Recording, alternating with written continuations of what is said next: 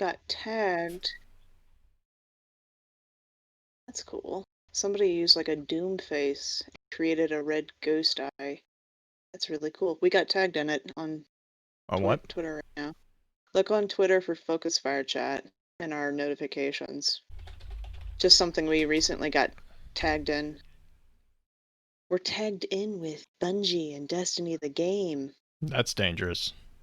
Right? Like, it's normal tags that people do, Why? and then Why us. are we getting tagged in this? I don't mind. I'm I gonna need to retweet it. I need to put like the GIF response of like I'm just gonna what's go going with it. on. I'm just gonna go with it. Red human. That's cool. Consume, enhance, replicate. Oh All right, wow. so Yeah. Okay. That's disturbing. Like three tags and we're one of them. I'm not sad about it. I'm not either, but I'm just. That's a really cool picture too. It's really well done. I like that mask.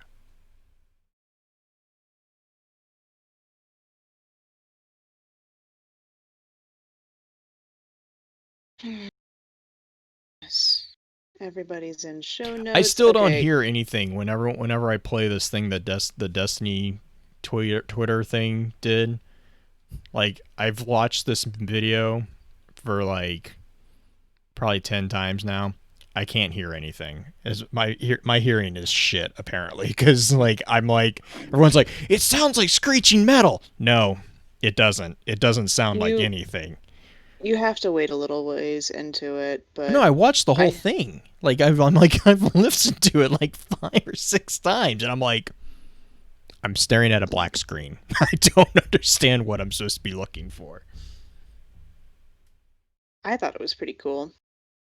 A lot of people are Is saying there that there's like a words and stuff like that. mm, DOD trolled everybody and did the strike intro meme over it, but the only thing that I've seen of any significance is somebody has done audio waveformat that mhm. says that it's possibly triangulations built into it, which is Raid obvious in the waveform. secrets?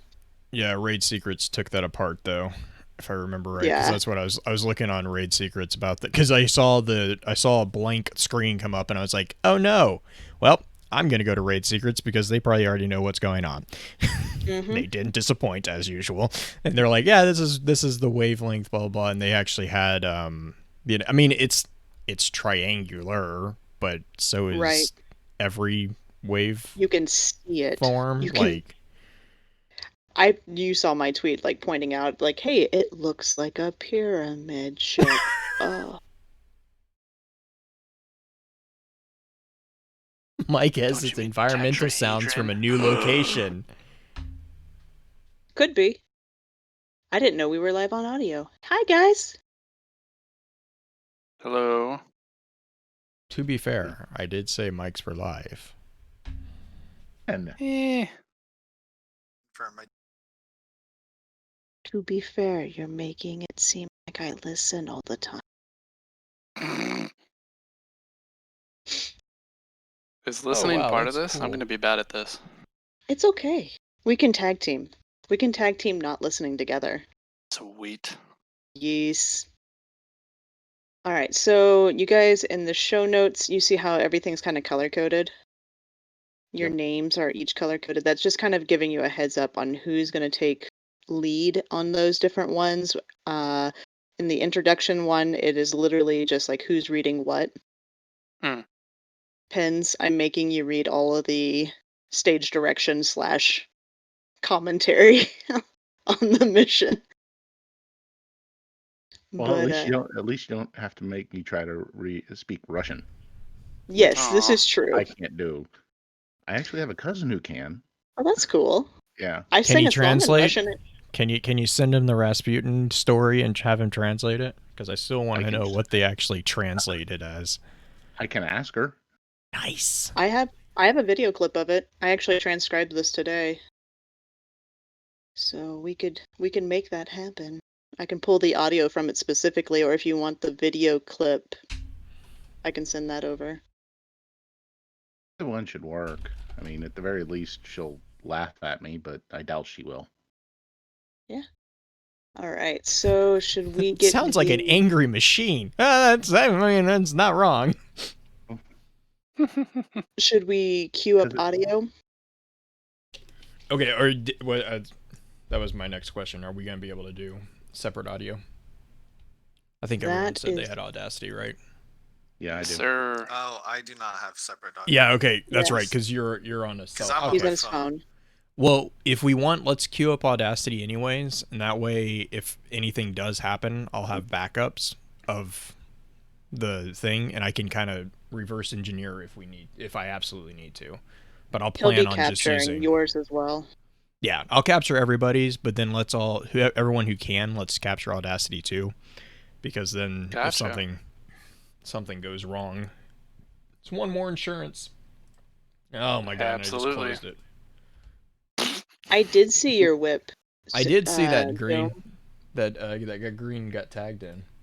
Mm-hmm. The Warlock whip. Mm-hmm. I like it. All right. So everyone's got Audacity up. Yep. Yep.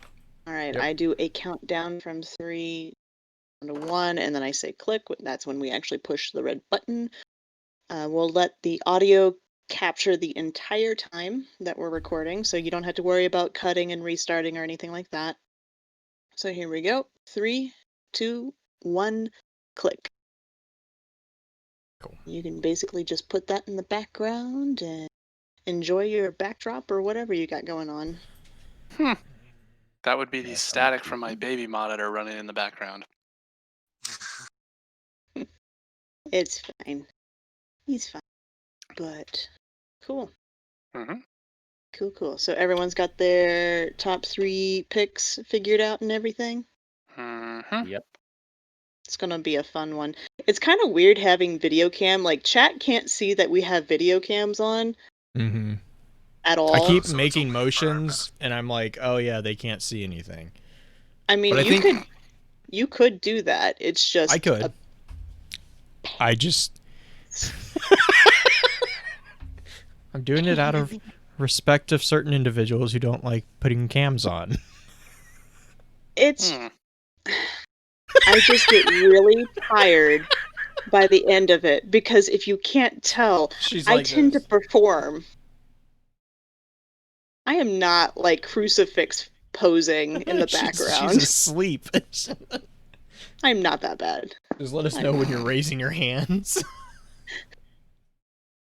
Just I don't even know how we would... Baxter's way of sync clapping. With the cams, we can do sync clapping now. Ready? Shit. I mean, crap. I mean, no. God, Baxter. Who was it again that actually deliberately went like 2 seconds late on that one? I think Blue did. That Pretty would sure Blue be me. Mhm. On purpose. Shocking. Right? And just the semi, like, derpy, I'm slightly disappointed in you stare that you got from Bife for doing that. It's Oh, but the image of Baxter and the look on his face was great, and how that ended up memeing around. Oh, Baxter God. was so excited. Mitch, did you just use Destiny Media?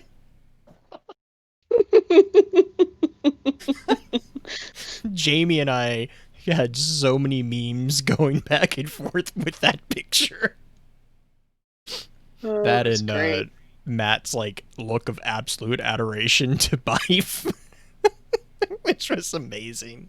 Matt got memed so many times last year. The couch meme. Oh God, Or the burrito recliner. when he was the burrito. It was good. Right. All right, You ready?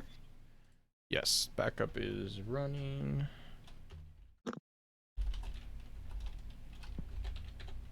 You're good to I'm go. going to close the window that shows all the cameras because I do this very animatedly and I don't want to see myself do it.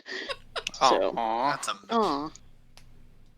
When you used to be a comedy actor on stage, you get very, very, very big with your emotions. Hmm.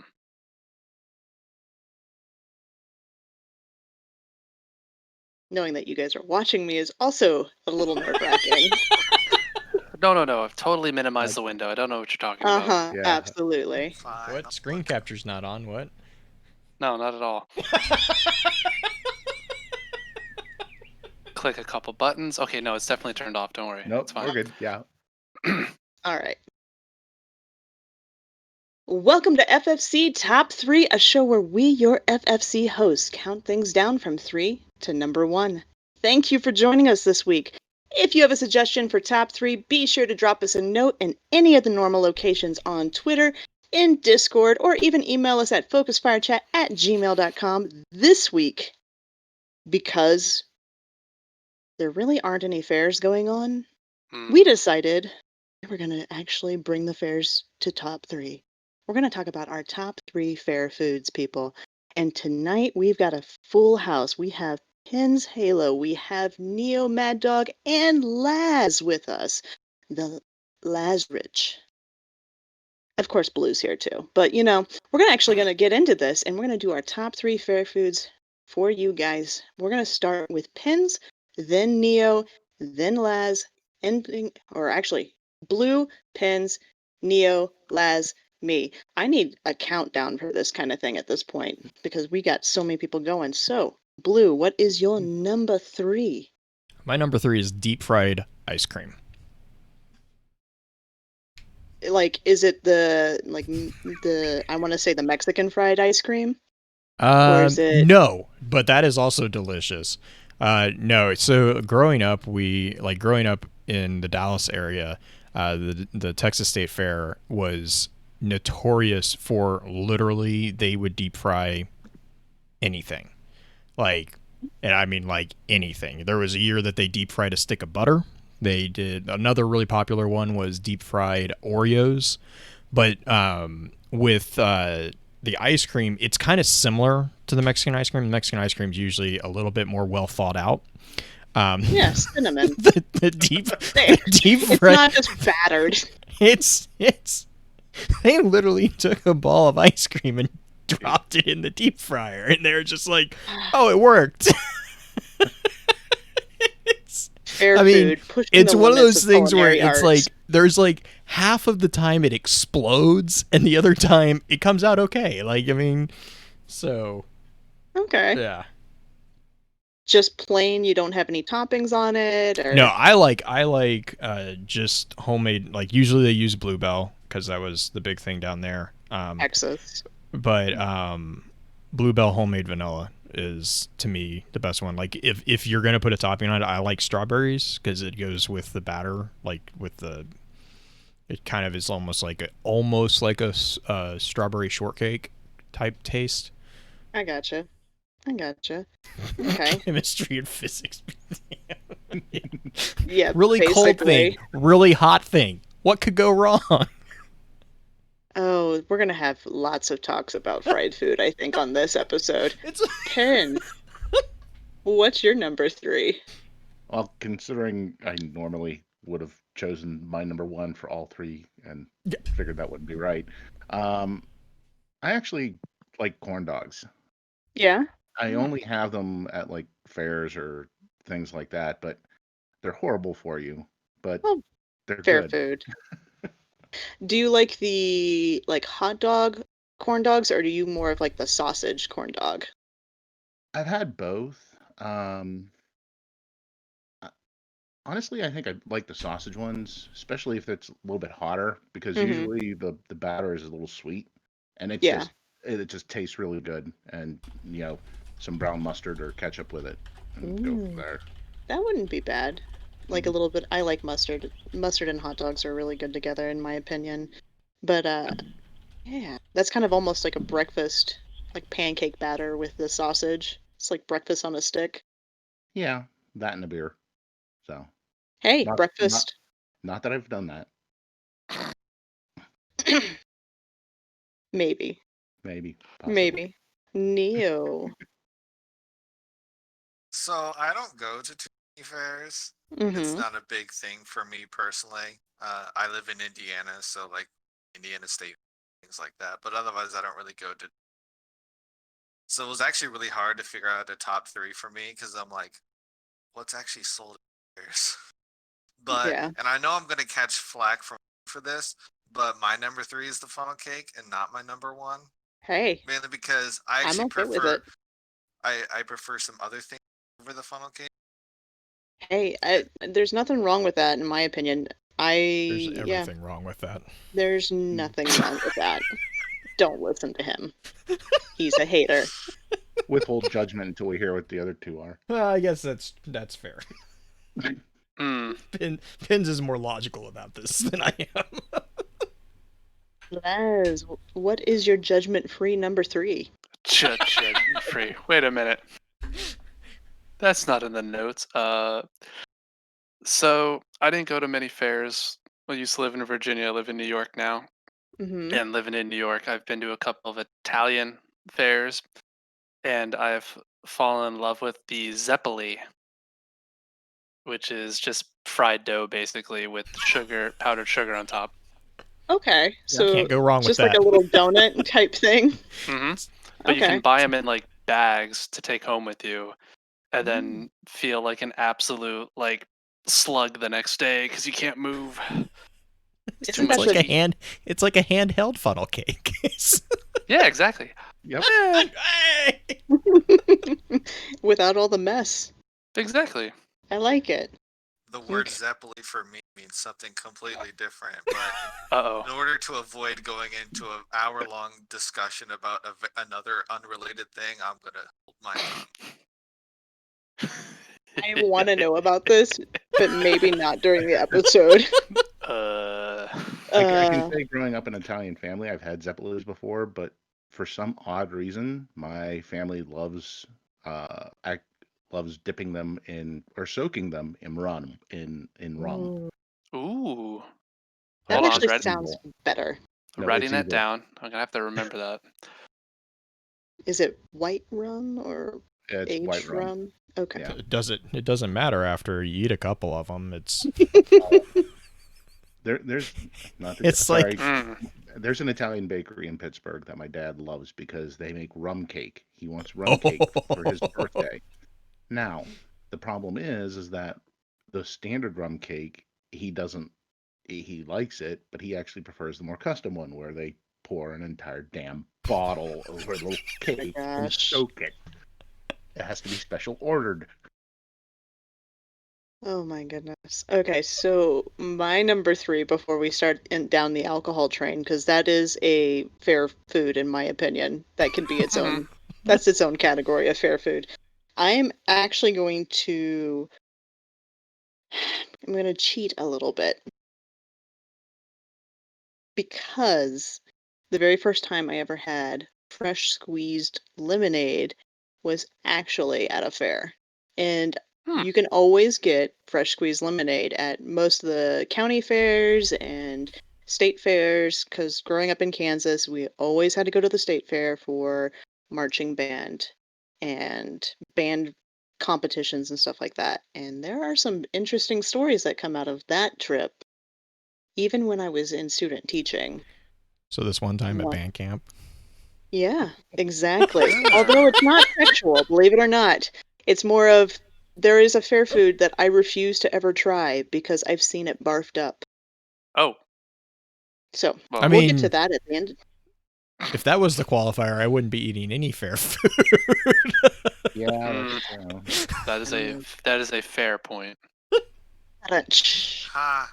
All right, Eh. Blue number 2s. Kettle corn. I think that's the There one it that she is. can't eat. It is not, but it is one of my least favorite foods. Oh, really? I think Yeah. it's a well, like growing up, we would go to either the Texas State Fair up in Dallas, or we had extended family down in Fredericksburg, which is in the hill country, and wherever they have like huge festivals down there. And one of the things that they do down there is they actually make like their own, like it's not like commercial kettle corn. It's like actually you go and they have like this giant vat in the middle of the fairgrounds, and it's they're actually making the kettle corn right there, and it's just like the smell and just the taste of that's probably one of the very few popcorns that I will actually eat. But yeah. Yeah, I can see it. Julie loves kettle corn. She's tried to get me to like it, aka force fed me, but it's not my favorite. Pens. What's your number 2? Probably, I mean, one of the things that cheese fries, but in some places in Pittsburgh, in like church fairs here in Pittsburgh, instead of cheese, they use brown gravy, the real cheap stuff, and that's just awesome. It's horrible for you. I It's can got a feel arteries certain hardening, name, but doesn't it? it's awesome.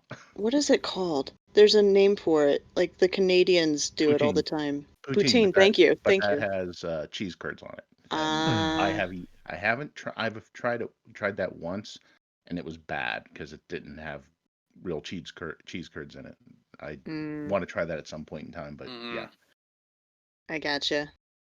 Neo, number 2. All right. I'm excited for this.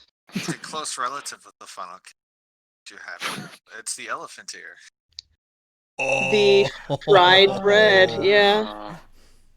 The large I fried just like bread. cinnamon. I just really like the taste of cinnamon. So that's why it takes number. I like it. I actually, those are great because they turn those into like tacos. Like, it's not politically correct, but like Indian tacos where they take the flatbread and put taco meat and shredded cheese and everything, and those are super yummy. Taco Bell has their own cheap version of it, but it is a nummy one. One I'd forgotten about. All right, Laz, your turn. So I had my list in a different order, but since we're going to consider alcohol part of the list, I've changed it up a little bit. My number 2 is turkey legs. Mm-hmm. Because the New York Renaissance Fair introduced me to turkey legs, and now every year that I go, I must get one. It's like ritual now. It is kind of fun to walk around with a giant turkey leg. You know what else is fun at Cheering. Renaissance fairs? Winches? There's that, and there's that too. There's another food item that is. I still don't see a problem. Yeah. Okay. Fair enough. Green. Yeah. Most normal people refer to them as cinnamon roasted almonds, but at a Renaissance festival, they have a special name, and they love screaming it at the top of their lungs. Would you like some King's nuts? So, speaking of nuts, that's actually my number 2. Candied nuts. It really is. I love candied pecans or like candied almonds. They're so good, like roasted, just fresh roasted. They're great to also take around and just shove in a pack. You can forget about them because they're not greasy. They're not really that messy. Super easy little snack to take away. I broke chat. Sorry, chat. Blue. We are up to number 1s. I'll let you guess what my number 1 is. Funnel cake. Salted nuts. Salted nuts. The bigger the better. Oh my god. The Renaissance Festival guys, I absolutely love the food hawkers. Like, they are so good at their games. Chat's losing their mind. But yeah, no, funnel cakes. It's like one of the few things that, like, as soon as I go to a fair ground, whether it's a whether it's a zoo, a theme park, or anything, if it's a large place that is dedicated to entertainment, my first project is to find where's the funnel cakes. And I've been so disappointed by Kansas because they have dropped the ball so hard on everything. I'm like, well, so the Kansas City Zoo just recently got a funnel cake stand. It is the first place we go as soon as we go to the zoo. Like, that's where I'm going. We're going to go there, and then we can swing around and see the animals, that is the real reason, quote unquote, that we came to the zoo. funnel cakes is always the real reason. It's the real reason I went to like county fairs, to be honest, because yeah. the rides are never that good. You just went for the yearly funnel cake. Yeah, All like right. they had a funnel cake food truck at Minion's school the other day, and it was like, how many am I allowed to get? how many of Just how many of stacking them these on top of each other. how many of these are we allowed to pack into one plate? I would like that many. Yes. You know the bad thing about funnel cakes is the paper plates. They always do the most Oh. flimsy paper plates that it's just falling off the It's so edges of that it. you drop them and you have to go back and buy more. Yeah. I mean, or the plates or- or the plates will actually fall apart, and it's like, oh well. or you're just just makes you eat them adventurous faster. enough to not Yeah. give up. Pins, Mhm. what's your number one? It's going to be the same funnel cake. Okay. I mean, I'm sorry. It's deep fried dough and powdered sugar. There's nothing wrong with that. Yeah, no, you're good. I figured this was going to be on multiple people's list, especially at the number one spot. Do either of you have like a particular sauce, or are you more of a purist with the powdered Purist. sugar? Powdered sugar. Mm-hmm. I went to where was it? There was some place that was like, it was like Dairy Queen or somewhere there, or maybe it was IHOP. But I went in and they were like, "Oh, we have funnel cakes." I was like, "I don't trust this, but I'm interested." They brought it out and they had put ice cream on it, and I was like, "What is this? You ruined a perfectly good funnel cake." It's Dairy It's Queen. nonsense. Of course they're going to put ice cream on it. No, this was like IHOP. This was like a restaurant. Like I was like, I'm like, Gotcha. "What did you do? You could have saved it, but you." I will admit I've had a funnel cake with cinnamon ice cream, not like on top of it, but eating By, them like- both at the same time. And Yeah. it's actually really good. It tasted awesome together. But yeah, I think like part of the fun about funnel cakes is that they're crispy. So you start putting stuff on it, it gets soggy, and it's like, no. That's why powdered sugar is the best on it. Yep. Because there's no moisture added to it. All right, Neo. I have been waiting with this list that you have prefaced. You're putting it. For me, this is the ultimatum of ultimate fair food. But to everybody else, they're going to be like, "What? I like a tenderloin sandwich. The bigger, the better. Yeah. And I like tenderloins that are at least 3 times bigger than the bun that they're served with, and maybe some. It's a classic. It counts for me. I've seen steak on a stick. I can get down with a tenderloin sandwich. That makes sense. If you put it on a stick, it's a fair food. Yeah. Mm-hmm. The Renaissance Festival has capitalized on this idea. Pickles on a stick. I mean, cheesesteak or a cheesecake on a stick, which is another really fun one. Like, how did Yeah, you do this? We froze it.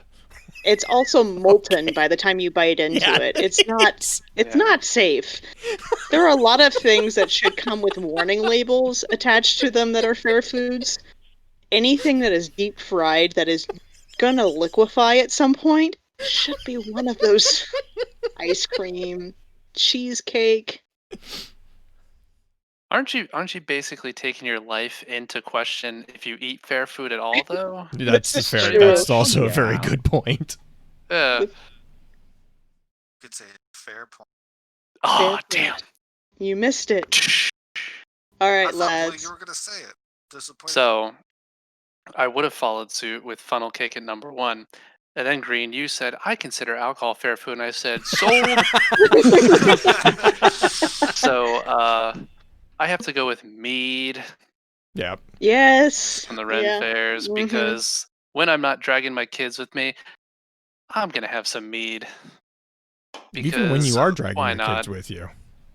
Well, not in the same capacity, unfortunately. Yeah. Daddy, why are you acting so silly? Don't worry about it. It's fine. Leave me alone. It's fine. It's fine. It's your fault that I'm doing this.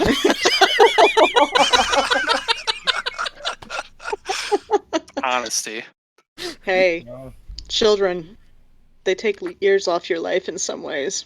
They give you so much joy, though. My joints, when I stand up, make me feel like an 80-year-old when they crack. It's my children's fault. But But yes, mead is number one. Yeah, I can dig it. There's actually a meadery nearby where I'm at that we've taken Julie's mother to, Oh, and they have free tasting. And Julie's mother is not a drinker. That was a fun day. That was Green's like, I'm very gonna fun leave day. that statement right there. Yep, yes. it was enlightening.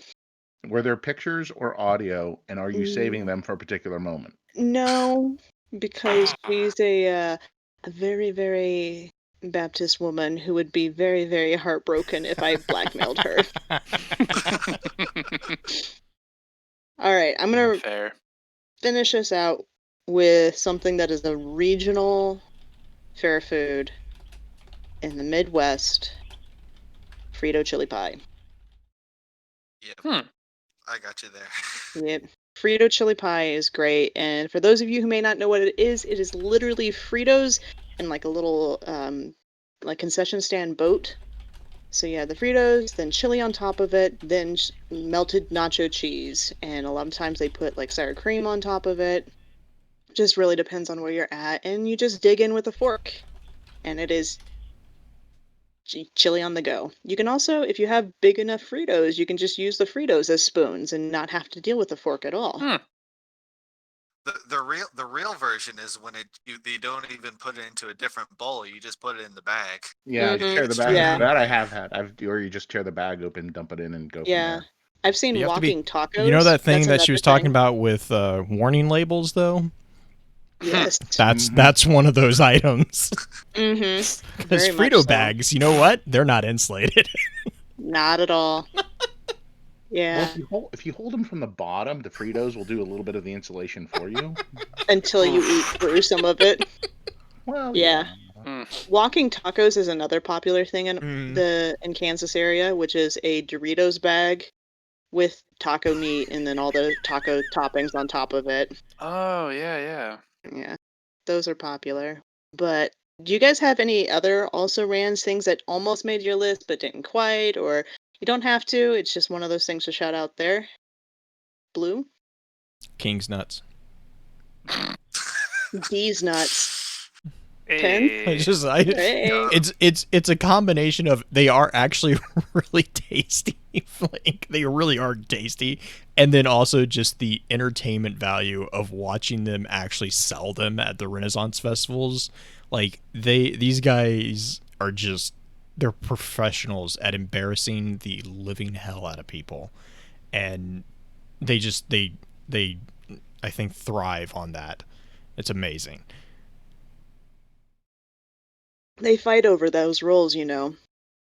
I'm Like, oh yeah no You rotate her mhm. throughout the fair over the Yeah. summer, and that's one of the roles that they love to get. Oh yeah, well and that one and storytellers. yeah, storytellers, and then also there's there's the it's not the beggars, like the various Mhm. beggars and stuff, because the beggars are allowed to just completely abuse guests. Like they just they're ruthless. They can be jerks. It's In a that fun way. realism. Mm-hmm. Mm-hmm. Pins, did you have any also rans? Probably the one thing that I remember most from a kid, because we also went to a lot of Italian fairs, was homemade wine. So I gotcha. yeah, That and sounds yummy. oh well, my dad makes his own as well, so it's not bad. It's pretty good. It will knock you on your butt if you're not aware of it. So I'll give you my address later. That's perfect. Okay. So It's for his joints, you know. at our wedding, my dad had homemade red wine. Now, Oh, nice. Aaron's family is all Irish, and they all drink, but they all drink whiskey. Mm-hmm. Her cousins, they drink, but they also drink beer. None of them really had Italian homemade wine. Oh God. A couple of her cousins killed a couple of bottles of red, Oh no. like I'm in before dinner danger. ended. They said they hadn't been sicker They hadn't been that sick ever before. Yeah.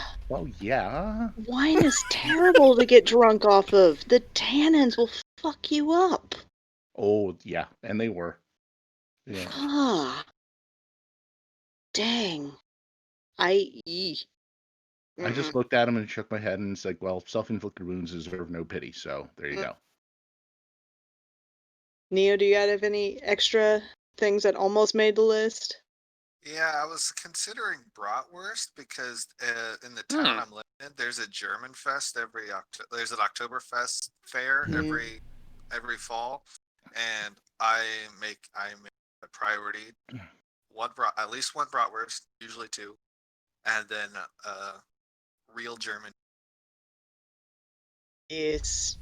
Those are always delicious. There's an Oktoberfest here, and the breweries definitely make a killing on that, as well as a lot of the authentic German restaurants in the area. Les, any for you? My family, I have family in Wisconsin, so we used to go to the state fair there, and I don't know if their staple is the same thing it used to be about a decade ago, but the cream puff, the Wisconsin State Fair, that used to be a go-to when we went there, but it's been a while, so that's why it didn't make the top 3. Nice. All right, I have an also not Rand. When I was student teaching, there was a group of boys in high school at the high school that I was teaching at that decided that they were going to try the newest and hottest food at the fair that year. The Krispy Kreme hamburger. These two boys downed 3 each while we were at the fair. Went through the performance, went through the entire fair day, got on the bus, made it all the way back to the band room, and 3 feet from the trash can, upchucked everything. I will never try a Krispy Kreme hamburger. Because why? My intestines hurt just thinking about that. It was so bad. Like, and I'm a sympathetic puker, but I kept it, like, I handled my stuff that day. Like, people would be proud of me. I managed to keep my problems to myself and get it cleaned up and go and get a custodian's cart because they were all gone by the time we got home. So that basically sat there overnight in some ways, just like the cursory cleaning. It was not a fun time. It was gross. Some things were not meant to be combined. No. It's considered one of the most popular things, though. Like, I looked up a list of, like, popular fair foods, and it's still up there. I don't understand it.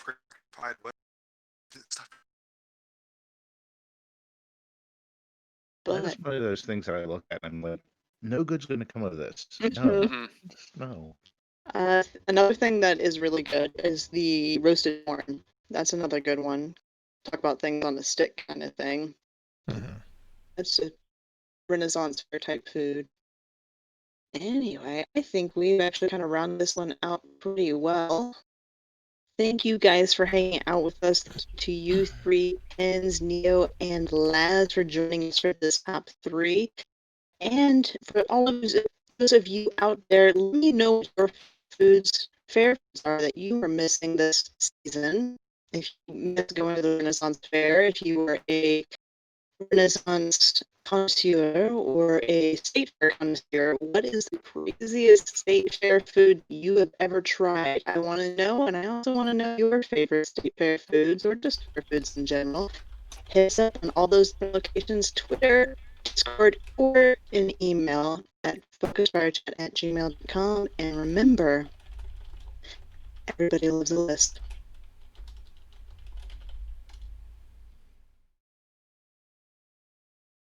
Robo Green? Did I go Robo all of a sudden? Yeah, my connection just like Everybody decided to bork itself all of a sudden. Everyone sounds a little robo from my end, but that might be my internet. Can we No, change the it's- server connection? You trying Like to which server we're going through? Mm. Let's see. There should be a way to change the location where it's going through, because I have a 29.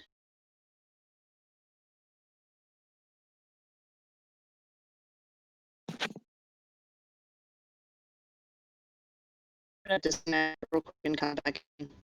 Yeah. Okay.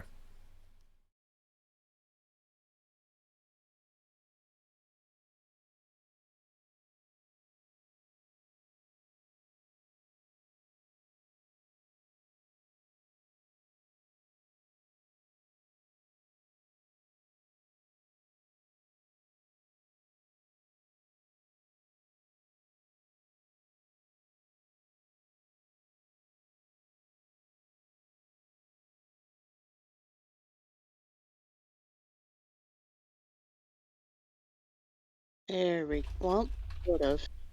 There we go. Oh, nope. I'm fluctuating between red and green. Yeah. I just got back to green. No, I'm on green. I'm green. So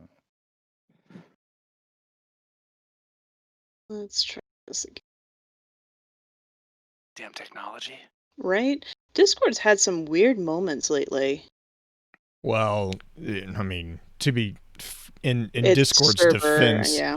yeah, in Discord's defense, there's also an unprecedented amount of people hitting their servers right now. I just don't know if they've been having blackouts or what's been going on, because it just seems like every once in a while.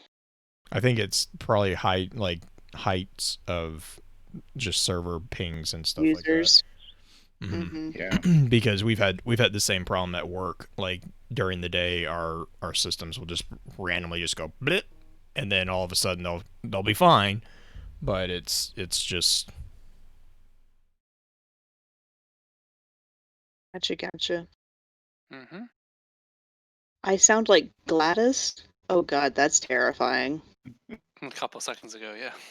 Oh my gosh. Cake is alive. I want to look up some of her voice lines now. Let's I make have this so a many. thing. I Just have say her anything songs. creepy, basically. GLaDOS. Now, Oh my gosh, Wikipedia's got it all. differences. Hello, and again. Welcome to the Aperture Science Computer Aided Enrichment Center. I mean, we do have Nolan North in game, so it would make sense. Hey, there we go.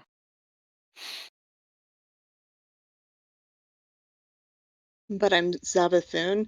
I can be all the things. I could be Siddhartha I can be all the Gollum. Don't you start. Don't you start. The Zavathun thing. Yeah. My I'm God. I love that theory, and I love how no one's actually been able to disprove Eva as being Savathun yet. It's because it's I an accurate theory. mm-hmm. Is it just because all grandmothers are creepy in general, or is that just me There's that too, thinking that but out loud? Like, there's always like the crone archetype if you want to go on like a semi-serious. There we go. She only shows up during the holidays. I do that voice way too well. I mean, I like doing that voice, like the slightly sounds like Siri slash this should be a tutorial somewhere type voice. We hope your brief detonation in the relaxation vault has been a pleasant one. I don't know. They're fun. You will all owe Grandma an apology. Never. Nah. When Granny Eva starts giving me shaders again and stops making me do bounties, I'll apologize.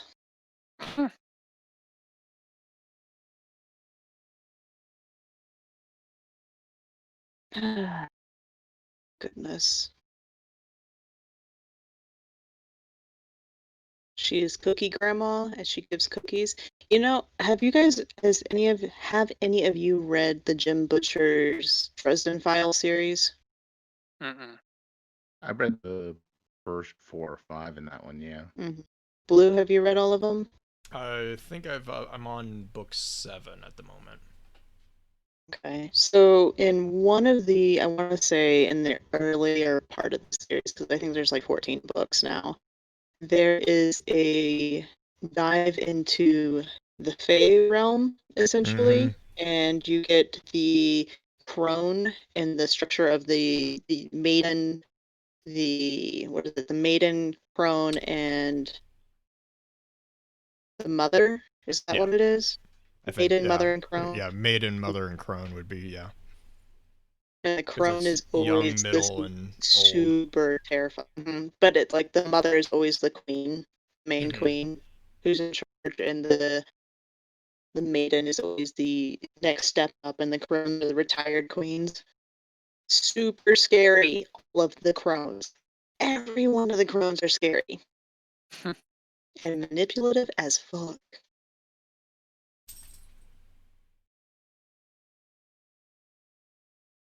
You have elected to refrain from making comments about nuts for the next 24 hours? Never. Did you hear the conversations we had about nuts? Mostly just king's nuts, though. Yeah. All these nuts. Uh, Blue, let me uh, know when you're... I'm trying to see if there's a...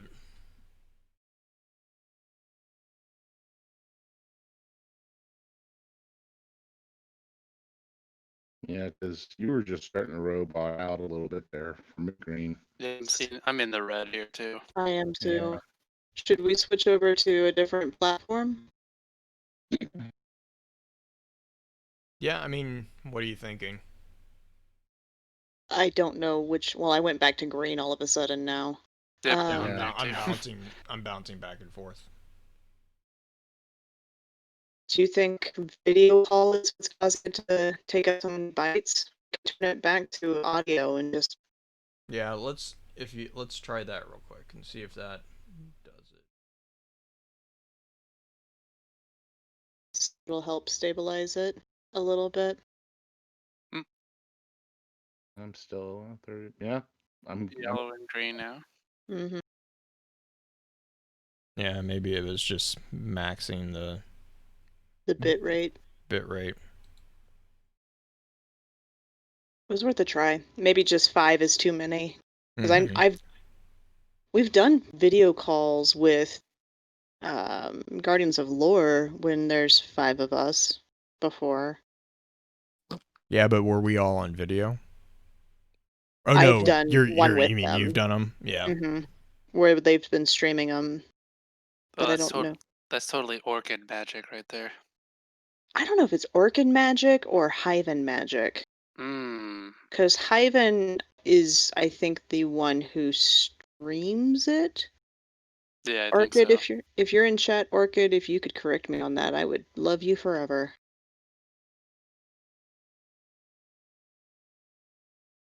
But the Hyvens are on hiatus. Well, buying your house will do that. So. Yeah. That is very true. Mm-hmm. Yeah. We've got Blue and I are recording one more episode on constellations tomorrow with them, with Orchid and Elemist. Nice. Yes. So earlier today, I've been dying for more Destiny podcasts that doesn't talk about the state of, and so I found that podcast, and I just listened to the Constellations Part 1 episode and I laughed Mm-hmm. in a hop. It's hilarious. They are a very fun group. Another really good one, if you haven't listened to it already, is the Spinfoil podcast with Taylor B. Nice. I think I've heard him on Guardians of Lore. I haven't listened to Spinfoil Theory yet, though. Yeah, Spinfoil's it's really fairly short. I think they do 20 to 30 minutes an episode, and they just do a basic Spinfoil. Both Taylor and, gosh, I can blanking on his name now. His teammate on it. But Yeah, I don't Bagels. know. Yeah, I can't. bagels, thank you. They do a really good job of keeping the energy up and having fun with it. I'll have to listen in, when I ever get an actual chance to do something like Mhm. that. Yeah. Blue, I am ready to go whenever you are. Okay, give me Also, one don't forget to change the background. Yeah.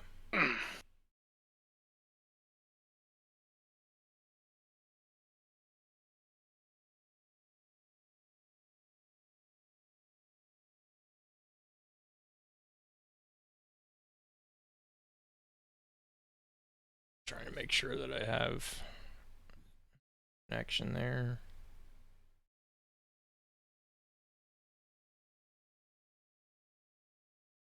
All right.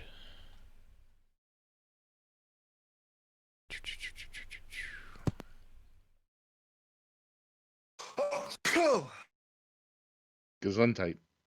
Bless you. Oh, I thought I muted myself for that. Audio gold right there.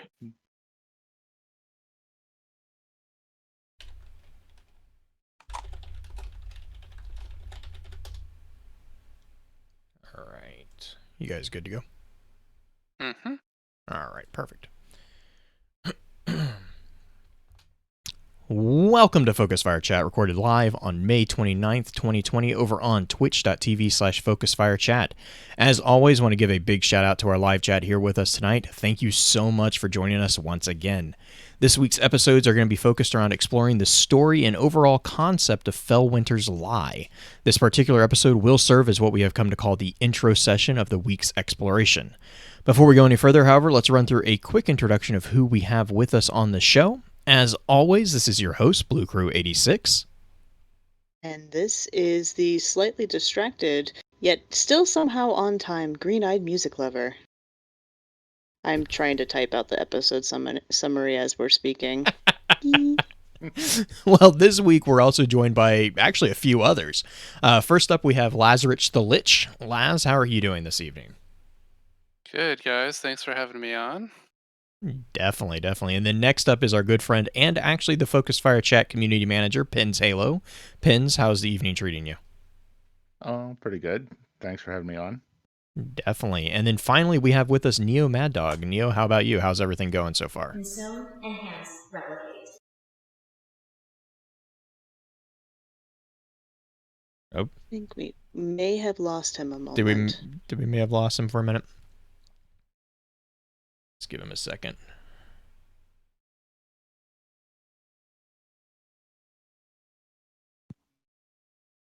Hello? There he is. Am I back? There Yep. he is. Yep. Perfect. Oh. I could hear you. I couldn't speak. Yeah, thanks for having me back. I know I'm kind of a late comer to it, but I'm happy to. Definitely, definitely. Well, so I know Green Green usually runs through a pretty good rounded I call them inquisitions or interrogations. She doesn't like it, but no one What the show notes expects. look like. No one expects. I need This to Spanish put that on the Inquisition. I need to put a meme on the stream overlay for these segments. I mean, sure, we can do that.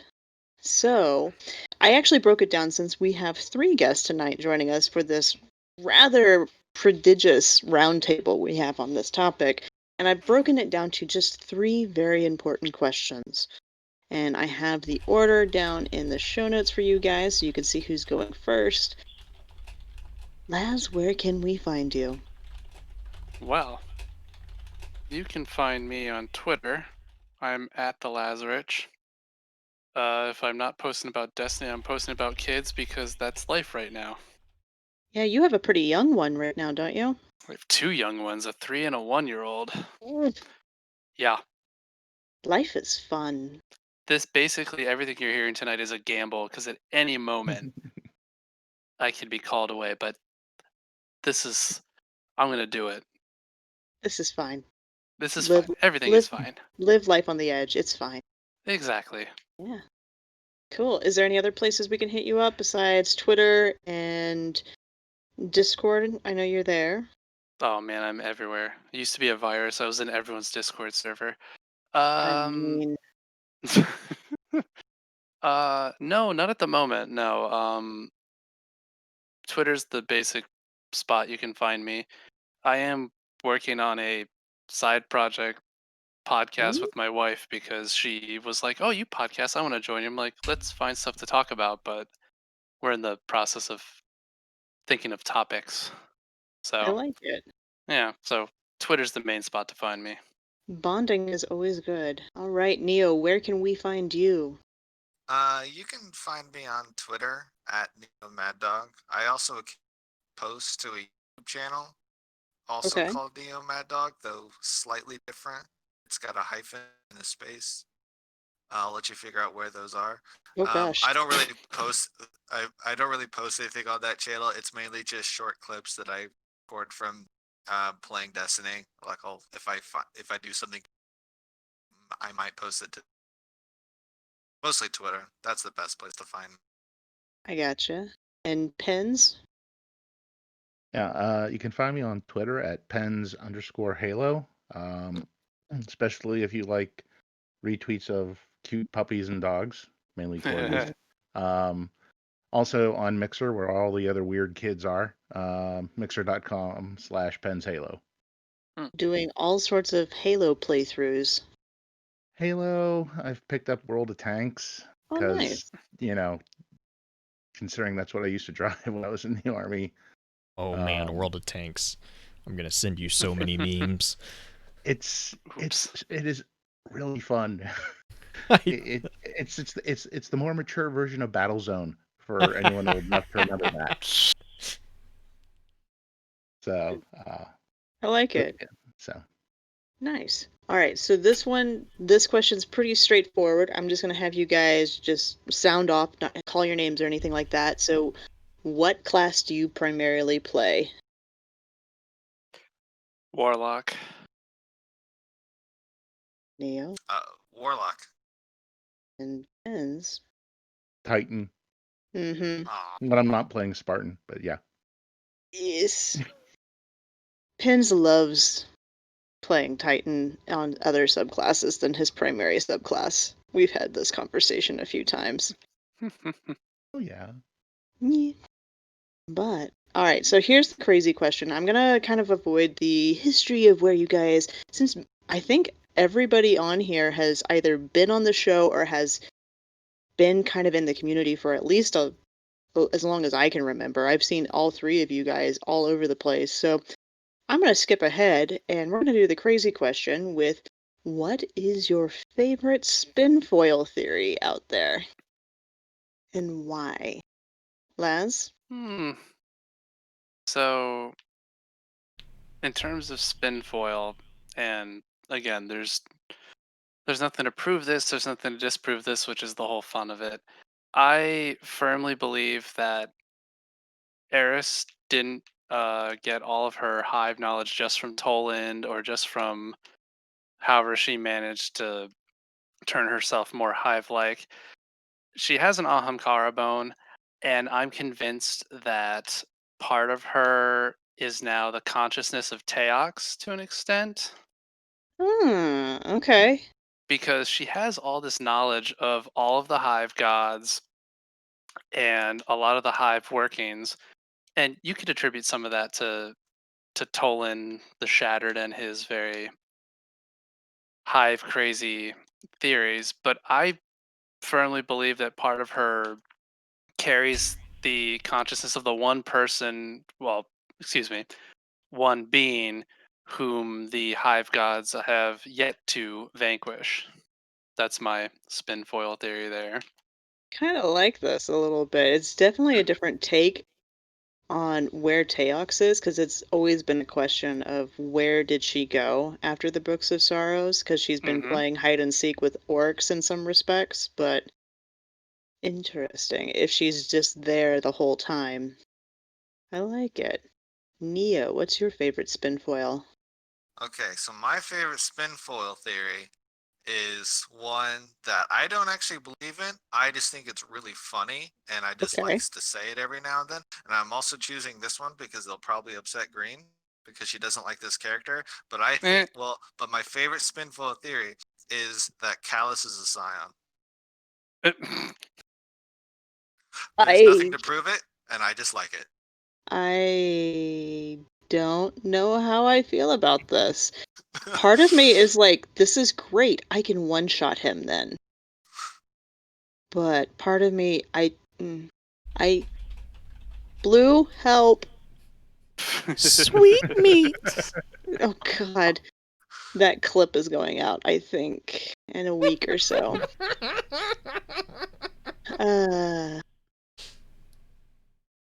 All right, Pens, what is your favorite spin foil theory?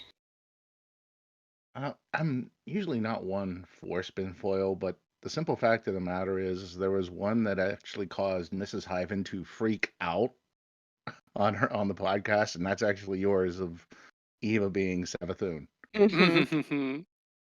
I love breaking people with that one. Her reaction dare was you? great. I just remember her being very frantic. Just a bit. Just Just a bit. just breaking Mrs. Hyven doesn't seem like it would be Consume that challenging, enhance but you'd be replicate. surprised. Hmm. Right. And I will not claim responsibility if I happen to mention the Wicked when he was going on there to not mention that when she would be on. But yeah, It's wicked though. It is wicked. that's true. All right, so that is actually just kind of the rundown that I have for you guys. Blue, do we have any housekeeping notes before we hop into the intro episode? Not really. The only one that I would give a bit of a shout to is to look over on the Lore Network. We're going to start trying to do what we're calling weekly lore roundup. Right now, the one that posted actually today was our first one, and it's focused on the members of the Lore Network, their YouTube channels. So right now we are planning on doing that every Friday. I think if we can get that down, my next step is to do a podcast or articles version of that, maybe on Wednesdays, I'm thinking. So just again, another way to kind of centralize information from everyone who's inside the Lore Network, and also kind of cross pollinate communities. Get people kind of introduced to other people that they might not know about. But if you haven't seen that already, please give it a look. Let us know any feedback. Like, is there a way to do it more efficiently? Is there a way that you would prefer to see it? Any feedback's welcome. And then also, sharing it and getting other people to give us feedback is also always welcome as well. So, but yeah, that was pretty much my only thought. I have one as well. So, one of the things that Blue and I have been doing is Blue has been clipping audio clips from each episode that we've recorded. And I have been turning them into little teaser trailers for everybody on Twitter and other social medias if Blue remembers to post them. And that's so a big if you if. Yeah, it is a big if, but they are going up on Twitter. So I'm actually teasing each episode. So you're going to hear little sound bites of either really funny moments or moments that have interesting information in there. Just little short things. They're kind of fun. Blue mentioned sweetmeats earlier. There is a sweetmeats clip, It's and glorious. I may have also that one. I You may have also put. You teased the teaser on that one. I did was tease the teaser. But the other thing that you'll see in there in these little teaser trailers is sometimes I get inspired by what is being said, and there are fun little animations that pop up every once in a while, like puppies. There's an army German Shepherd that shows up in one of them. You should go find it. It's kind of awesome. Anyway, Blue, we ready? We are. Cool. So is it me again? I believe that it is you. You are Yay. responsible. This is terrifying. Cocktail knowledge time. Everybody grab a drink. Too late. Go to the fair. Yes. Go to the fair, grab a bottle of mead, listen to top 3 so you understand these references, and get ready for some Felwinter. So, Felwinter, little history behind him. He was, back in D1, considered an Iron Lord, and still is considered an Iron Lord, though he is dead. He was killed by us during the Siva crisis in the mission The Iron Tomb. He also had an amazing shotgun called Felwinter's Lie, and that shotgun has done some very devious things over the years. It has killed. It's a sniper. It is kind of a shoddy sniper. And it still is kind of a shoddy sniper. It is considered the second best shotgun in the game right now in D2. I think it's only getting beaten out by a few very specific roles of, is it the Mindbenders? Yeah, I think Ambition? Yeah. Mindbender's Ambition and the Astra, yeah. So those 2 roles I think are still beating it out, but for those who have not done any grinding for those roles, Felwinter's is actually a great shotgun to use. There is still some debate out there on what quote-unquote the lie was. We're going to get into that a little bit into the meaty part of the episode because Felwinter's lie, his shotgun, ends up in our hands at the end. And what was his lie? We actually did not know all the way through D1 nor the beginning part of D2. Was it the fact that Felwinter turned out to have alternative motives in what he was doing with the Iron Lords? Was it the fact that he is Rasputin's son? Etc. There's a whole bunch of different ideas out there. Weird thing, we get Felwinter's Lie in D2 at the moon bunker, which does not make a whole lot of sense to me, and that's still something that I want to get into, is we killed him on Earth, we had a shotgun, it somehow disappeared, and then Rasputin has a version of it on the moon, as well as a gauntlet and a single boot. Felwinter actually was around primarily in the Dark Ages. He was also Golden Age, but we don't have much from that as far as where he was, what he was doing during the Golden Age, besides the fact that he was collecting information for Rasputin. Then he was resurrected as a guardian during the Dark Ages, and continued to try to evade Rasputin through much of the Dark Ages, and later teamed up with the Iron Lords and had his own mountain named after him, and then got killed. Partially through Siva and Rasputin, and partially through us. The city, I think the interesting thing is that the Iron Lords were around and helped with the establishment of the city. They were helping with the battle or the patrols during Six Fronts and during the wall building, though I don't believe any of them were actually physically building any of the city. They were just allies to the city and helping with protecting them. You know that Silumar was built. Silumar wanted to build a tower. I don't know if was he building part of the city?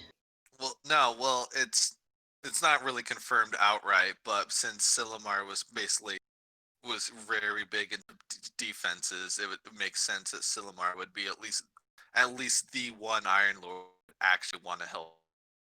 Yeah, I would agree with that because he was obsessed with building the perfect structure. And he was the one that, like, he would build something and it would get destroyed, and he'd build it on the same spot again and again and again. Mm-hmm. So he was probably the architect that said, let's put dead bodies inside of these things? Inside of the walls? You gotta do something with the Titans. Oh. Poor Titans.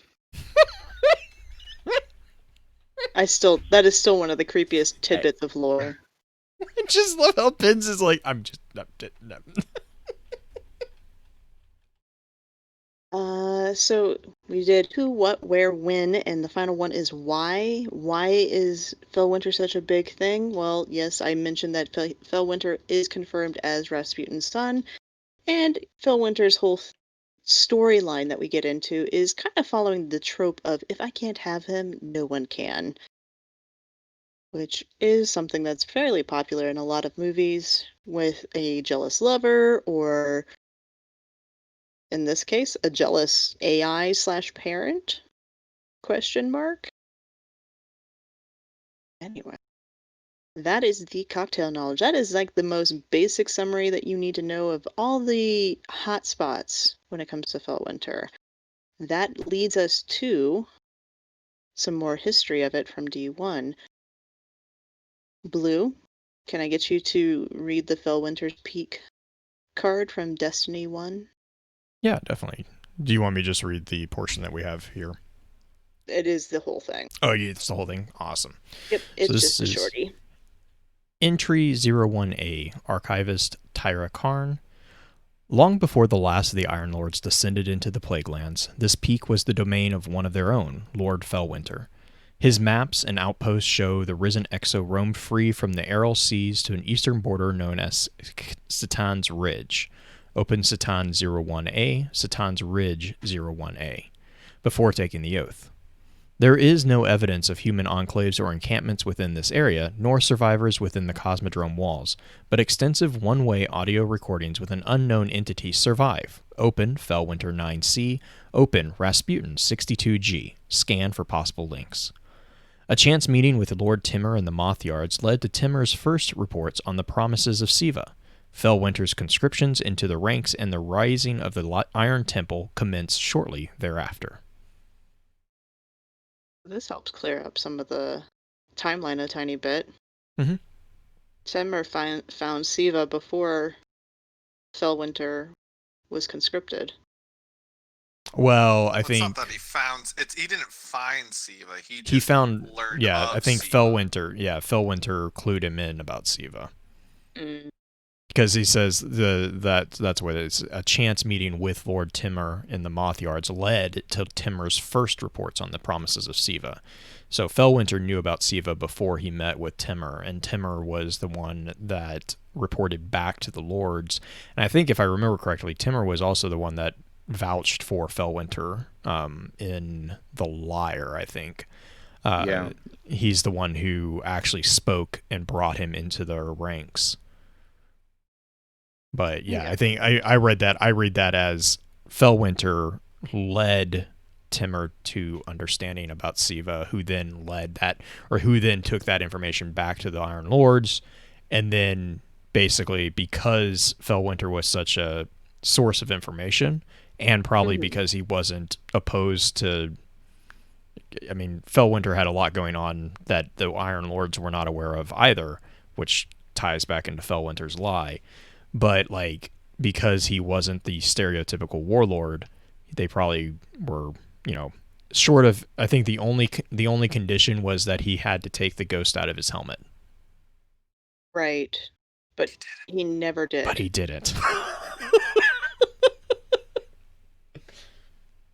It's funny how Team goes too. Right. It's funny how Timur has such a tie-in with Felwinter, and we actually get more of that in the Lord Timur card, which I think, Laz, this is one of yours that you get. Absolutely. You want me to read the whole thing?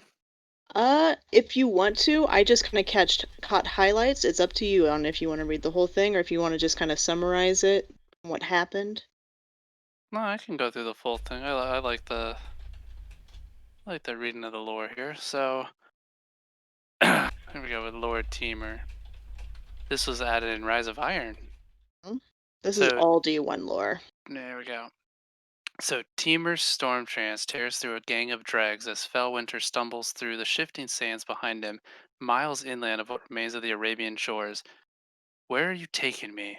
Felwinter rushes to Timur's side, his eyes jumping focus, anticipating another attack. You seem far too obsessed with these war mines. Timur stops and stares into the horizon as if smelling something. Not danger, discovery. He draws his fellow Iron Lord close. Tell me, Felwinter, he whispers, what does the word seraph mean to you? Felwinter leans in to whisper back, Old Earth theology? I know its power well. One can make great use of the traps of faith and its myths. Damn you, Exos! The whisper game abandoned. Do you even ponder the before? Or that number etched into your flesh? Do you see yourself in your dreams? A shank, then another, then more. Felwinter hits the ground and reaches for his sidearm. Teamer hates interruptions and his face shows it. A wash of arc light grows in his hands and erupts as the pack of machine dogs falls nearly in unison. Teamer grabs Felwinter, bringing him back to his feet, and says, "Have you ever wondered what it is that calls to you in that void of memory, where the edge of the past infects your present?" He returns to his game of whispers. "It's an itch you can't scratch, isn't it? Well, maybe you can. You think I am one of them? That all Exo are. Lord Felwinter, I know what you are, and you are no Warmind or even one of its puppets. Come, you must see this." He makes a gesture toward like he's casting a spell over the sand. "Follow my footfalls. This area's rigged with dirty fallen nonsense." They struggle up the dunes. Felwinter glides ahead. As he lands, a sandstorm rises to meet him. More shanks, hundreds of them. Behind them, a lone vandal sniper lays down, covering fire. Felwinter, realizing this mistake, runs back toward Teamer, shielding himself in the light of suns. Teamer continues forward, grasps the brass familiar around his neck, and closes his eyes. A slight hum rises, and his trance takes him deep into the sea of shanks, his trusted lash raised and tearing his path through the darkness. Felwinter is slow to follow, but fast enough to witness Teamer's focus turn shanks by the pack against their vandal keeper, chasing him back toward the sea. Teamer rushes to Felwinter, examining his head with the intensity of a cryptarch. Warmind, you are certainly as stubborn as one." Felwinter awkwardly pulls himself away and out of Teamer's reach. "With all respect, Lord Teamer, whatever game you are playing with me has gone on far too long. This is just another dead zone." "Oh, is it?" Teamer directs Felwinter's eyes toward the eastern horizon where a building crowned with the initial CB is now in view. All have creators, humans, Exo, Warminds, even those poor awoken. Some are just easier to find. CB. I just love the fact that Teamer is basically insane. Like, Mhm. He's just, Yeah, I always took him as a mad scientist type. he Hell really yeah. is just a mad Not scientist. unlike Yeah. Asher. Not Why are unlike you Asher. whispering, Teamer? The fallen don't understand you. Sure, like he's casting a spell over the sand. Follow my footfalls. Yeah, he's very dramatic. If he's not mad, he's dramatic as all get out. Well, because I think Teamer was the one that Colvance was worried about him losing his mind. Well, Gellion's the other one that they. Well, Gellion's the one that Gillian's everyone just is. a weirdo. Yeah, Gellion's the Mhm. one that everyone is uncomfortable because he's like, I can make you into a suit of Sharpening. armor. Sharpening knives and yeah, constantly. Making knives out of bone. You know. It's just like, well, what happens if we die? Well, the rib cage would make the best armor. I still love that. That entry is still one of my favorites. But no, I mean, I think this one too. If this is gonna be, I kind of take this as being one of the meetings between one of the earlier meetings between Teamer and Felwinter. Mostly because Felwinter is not referred to as Lord Felwinter, and he makes a point of always referring to Teamer as Lord. Or no, he is referred to Lord Felwinter. Mm-hmm. So maybe this is shortly after, but it definitely seems like they're still trying to get, like, they're still feeling each other out, really. But it's interesting to me because with what we found in The Liar, you know, Felwinter arguably would know quite a bit about his own past at this point in his story. So when Teamer calls out that, you know, he's not a puppet of one, I find that interesting. I think that's a little bit of a funny thing. It's fun going back and rereading some of these things because you find the tidbits of hints towards what we now know with The Liar, the book The Liar. Mm-hmm. Especially when it comes to the just Felwinter's motives. Mhm. He always seemed. We used to think that Felwinter was a lot more malicious. Granted, No. he's not very kind to other warlords, and he has no patience with them, which we'll find out here pretty soon. But he wasn't ever maliciously trying to trap anybody. And I think there was an old theory back in the day that Felwinter led the Iron Lords to their death, which was a theory about what his lie was. Mm-hmm. He sort of did, but He's, not I mean, intentionally. yeah, I mean, I was gonna say he still kind of did, but it wasn't. It was kind of assumed that he was doing a Toland, and now it's more no, he was tricked as much as anyone else. Mm-hmm. I think the other thing that this makes me really miss is the friendship artifact, that memory of Teamer artifact from D1.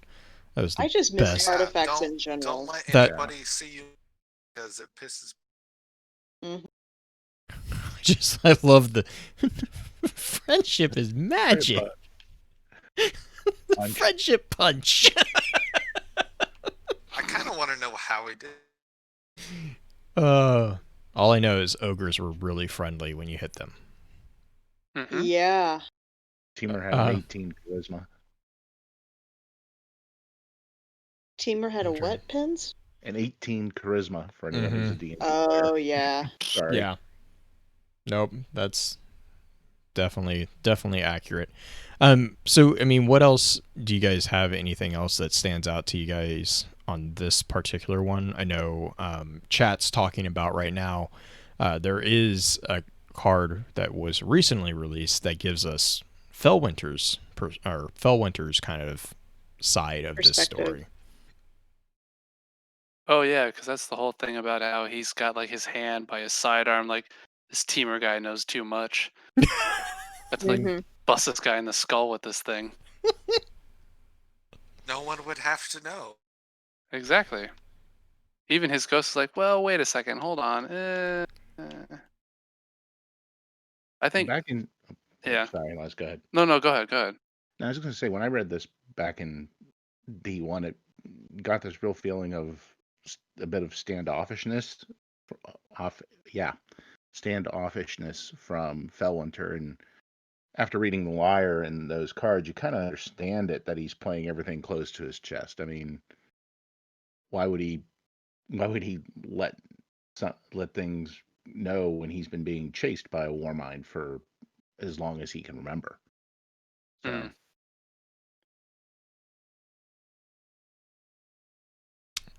All right. I think we're gonna jump into the Dormant Siva real quick, which is just it's a kind of the tie-in to one of the last big points from D1. Lazarus, do you want to grab that one?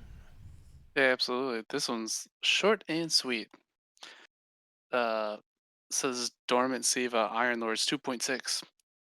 So Felwinter tried to communicate with the Warmind, called it Rasputin, consume, enhance, replicate.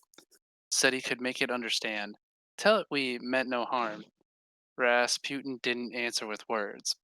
And this is -siva.mem !0314. I still can't help but not.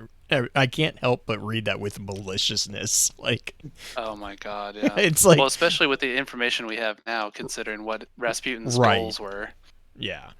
Well, that and also the connection to the Iron's Bane, and like how it's like, this was fragments of the last bits of reports that we were getting from the Iron Lords. It was like, yeah, he didn't answer with words. No, he didn't. Mhm. It's like, there you are. Have some of this. So anything you guys? I know we're gonna jump into the green. Green kind of was kind enough to go out and grab us. She actually transcribed the final mission from the Felwinter Lie quest. We'll get that here in just a second. But anything before we jump into that from the Dormant Siva? Trying to think real quick if we want to. Trying to remember which one was Which one from the Liars was it? Which one are you looking for, Blue? His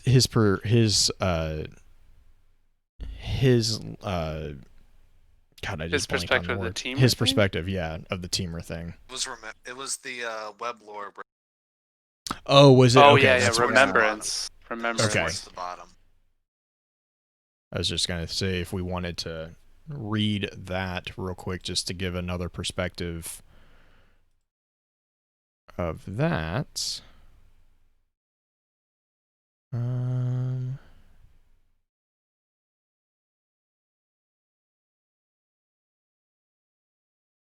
to get it real quick for you guys. Oh gosh, yeah, this is the one with all the challenges. It's the record, isn't it? The Yeah. web lore. Yep. I'm gonna just grab it for everyone real quick. It's actually in the advanced show notes. Oh, Green's ahead of us.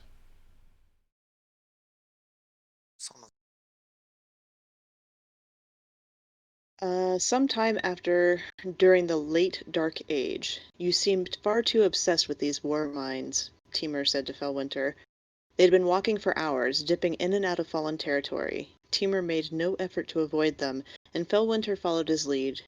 He didn't know where they were going. Teamer had been talking almost non-stop, though, asking Felwinter what he knew about Siva, what he thought the war mine might have to do with it. It was lucky that Felwinter had already had a reputation for keeping quiet. He played dumb when Teamer asked about the Seraphs. Teamer was easily too riled up that way. It was good. It made Felwinter feel like he was still in control. As they tore through another round of shanks, Felwinter fell back and let Teamer do the heavy lifting. When Teamer spoke again, his voice was breathless with a passion and enthusiasm that Felwinter couldn't feel. "Have you ever wondered what it is that calls you in that void of memory?" Teamer breathed. "Where the edge of the past infects your present?" Felwinter was tense with expectation. He felt the world contracting around him until nothing existed but the sidearm in his hand. He heard his ghost in his helmet comms, whispering, "Wait." Teamer strode recklessly ahead. He expected Felwinter to watch his back, and he did. Watched him walk. Watched his ghost, too. There were a lot of fallen out here. Anything could happen to either of them. It would be easy to tell this story back home. "Don't jump to conclusions," his ghost whispered as they fell behind. But Felwinter heard uncertainty in her voice. He adjusted his grip on his sidearm, lifting his hand a little, and dropped it again as Teamer turned around. "It's an itch you can't scratch, isn't it? Well, maybe you can." Felwinter's expression was blank. His finger twitched on the sidearm. "You think I am one of them?" he asked as Teamer turned back around to lead the way. "That all Exos are?" "Lord Felwinter, I know what you are," Teamer said with a laugh in his voice. Felwinter lifted the sidearm again, and a familiar dread coiled in his chest. He saw his future changing. Again. He saw himself running. Again. He was so tired of running. The sidearm was level with the back of Teamer's head. Teamer had a smile in his voice when he spoke next. "I know what you are," he said, "and you are no war mind, or even one of its puppets." Felwinter's arm dropped and swung at his side, as if all his energy had gone out of him all at once. It was impossible, but he almost felt lightheaded. His ghost whispered something again, but he didn't hear it over his own relief. "Come," Teamer said. He walked with the arrogance of a man who didn't realize he'd brushed shoulders with death. "You must see this." I love the different perspectives. Mm-hmm. Teamer might have an 18 in charisma, but his wisdom is the dump stat. Mm-hmm. Turns back on a dangerous man. Mm-hmm. Or a desperate one, but then again, desperation does lead to being dangerous in some cases. A lot of cases. You just like how, from Teamer's perspective, he's just kind of like poking and prodding Felwinter, like, "Hey, I know what you are," whatever. And then you read or not Teamer, you read Felwinter's perspective, and he's ready to gun this guy down, just like, "Oh crap, he knows too much. I've got to like get rid of this guy now." And it's great to finally have that other side of the conversation, I think. Mm-hmm. Just to know that it was fear and not just Felwinter trying to hide something. I mean, he is trying to hide something, but Right? It's a fear like the secret, or maybe even the lie, is about to be revealed. mm-hmm. There is one more thing I wanted to mention before we got into the final mission in the Felwinter's light quest, which was actually one of the Siva fragments that we picked up in Rise Yep. of Iron. We read that one. You read that one? Awesome. Cool. Yeah. Did you have anything you wanted to throw in on that particular Nope. one? Okay. It's Cool. just I think it's one of the important things that likely the Iron Lords didn't know who Rasputin was. They just knew he was a war mind. Felwinter knew it. That's it. Cool. We ready for the lie quest? We are. It's a Neo. Mm. So I Do you have want me to use a the high pitched voice? no. Unless you want to, it would be Oh my it is, god. it is whatever makes you happy, Neo. If you want to be Anna in the higher pitch voice, you are more than welcome to.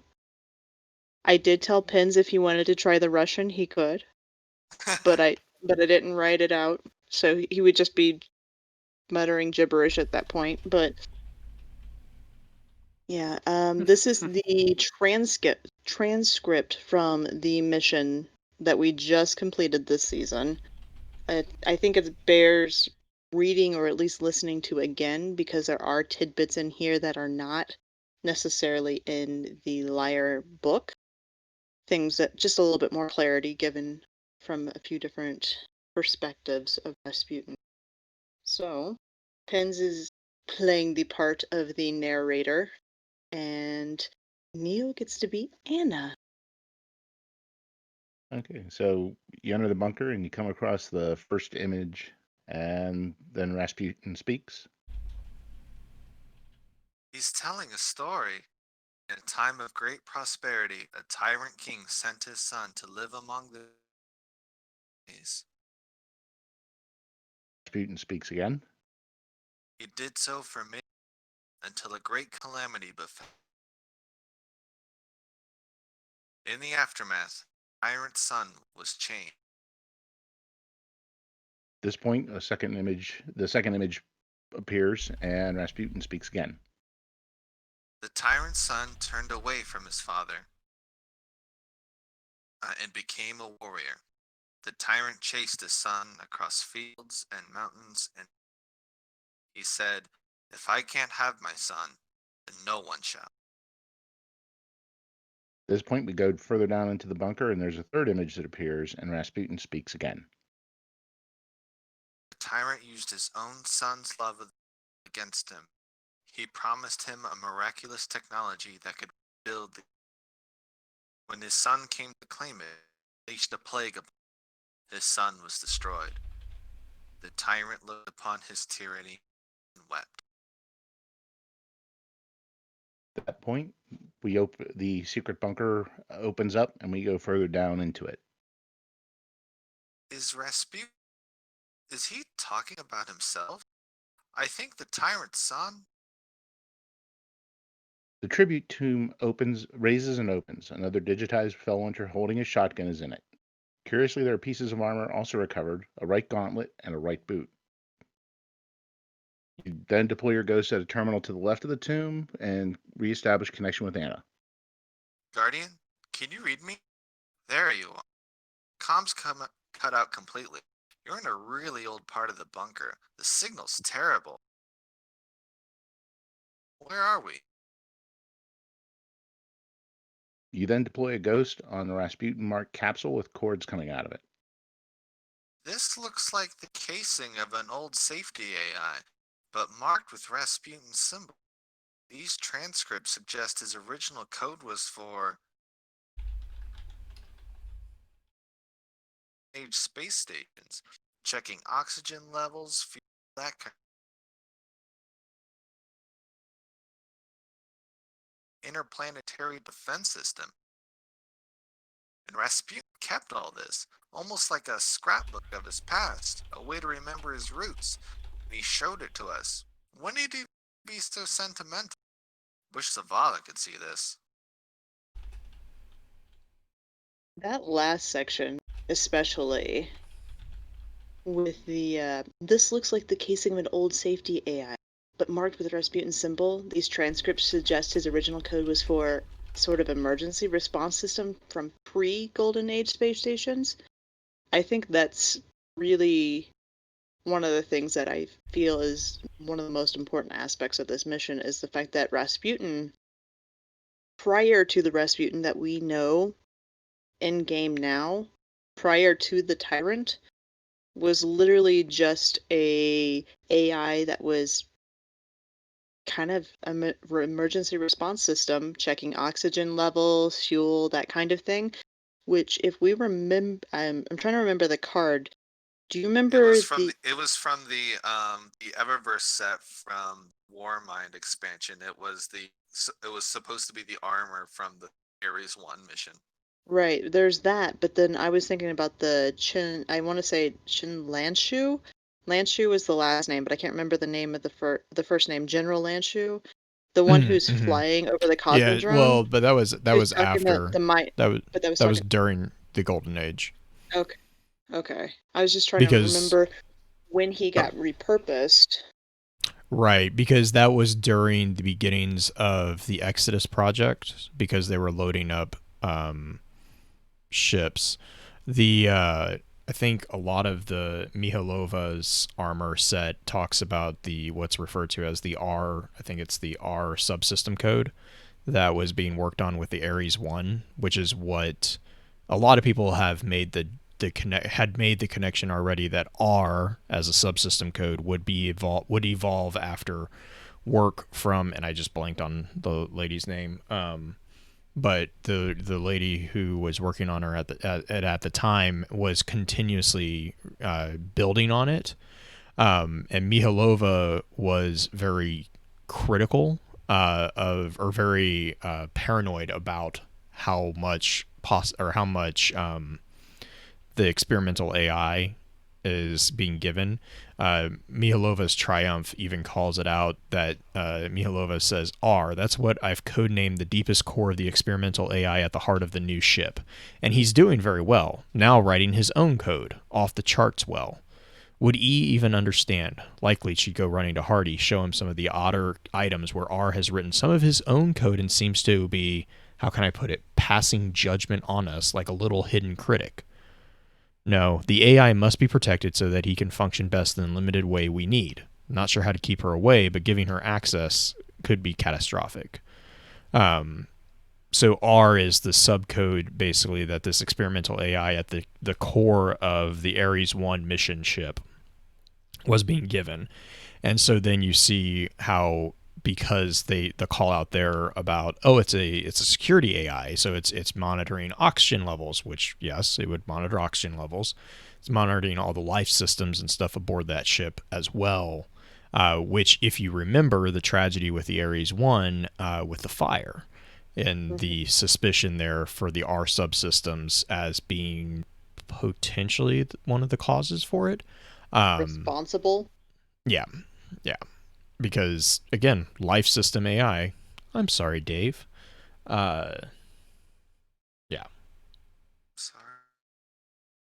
So there is one more thing on this I know Blue has been itching to talk about, but I'm going to force him to wait until the advanced episode to talk about That's it fine. because I figured we would.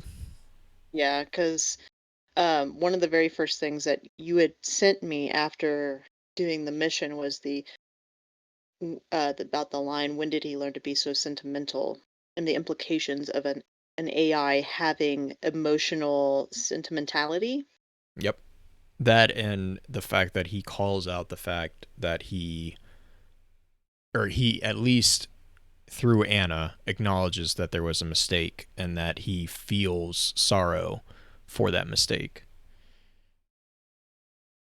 Yep. And the quotes that are I think they're from the Siddhartha Gollum entry from the Lyre, but there's two quotes. One is, "And weep the more because I weep in vain," and then also, "Experience is the teacher of all things." So, again, Rasputin has a tendency to quote things that are very tied to what he is supposedly kind of processing. So it's interesting to see him quote those particular things.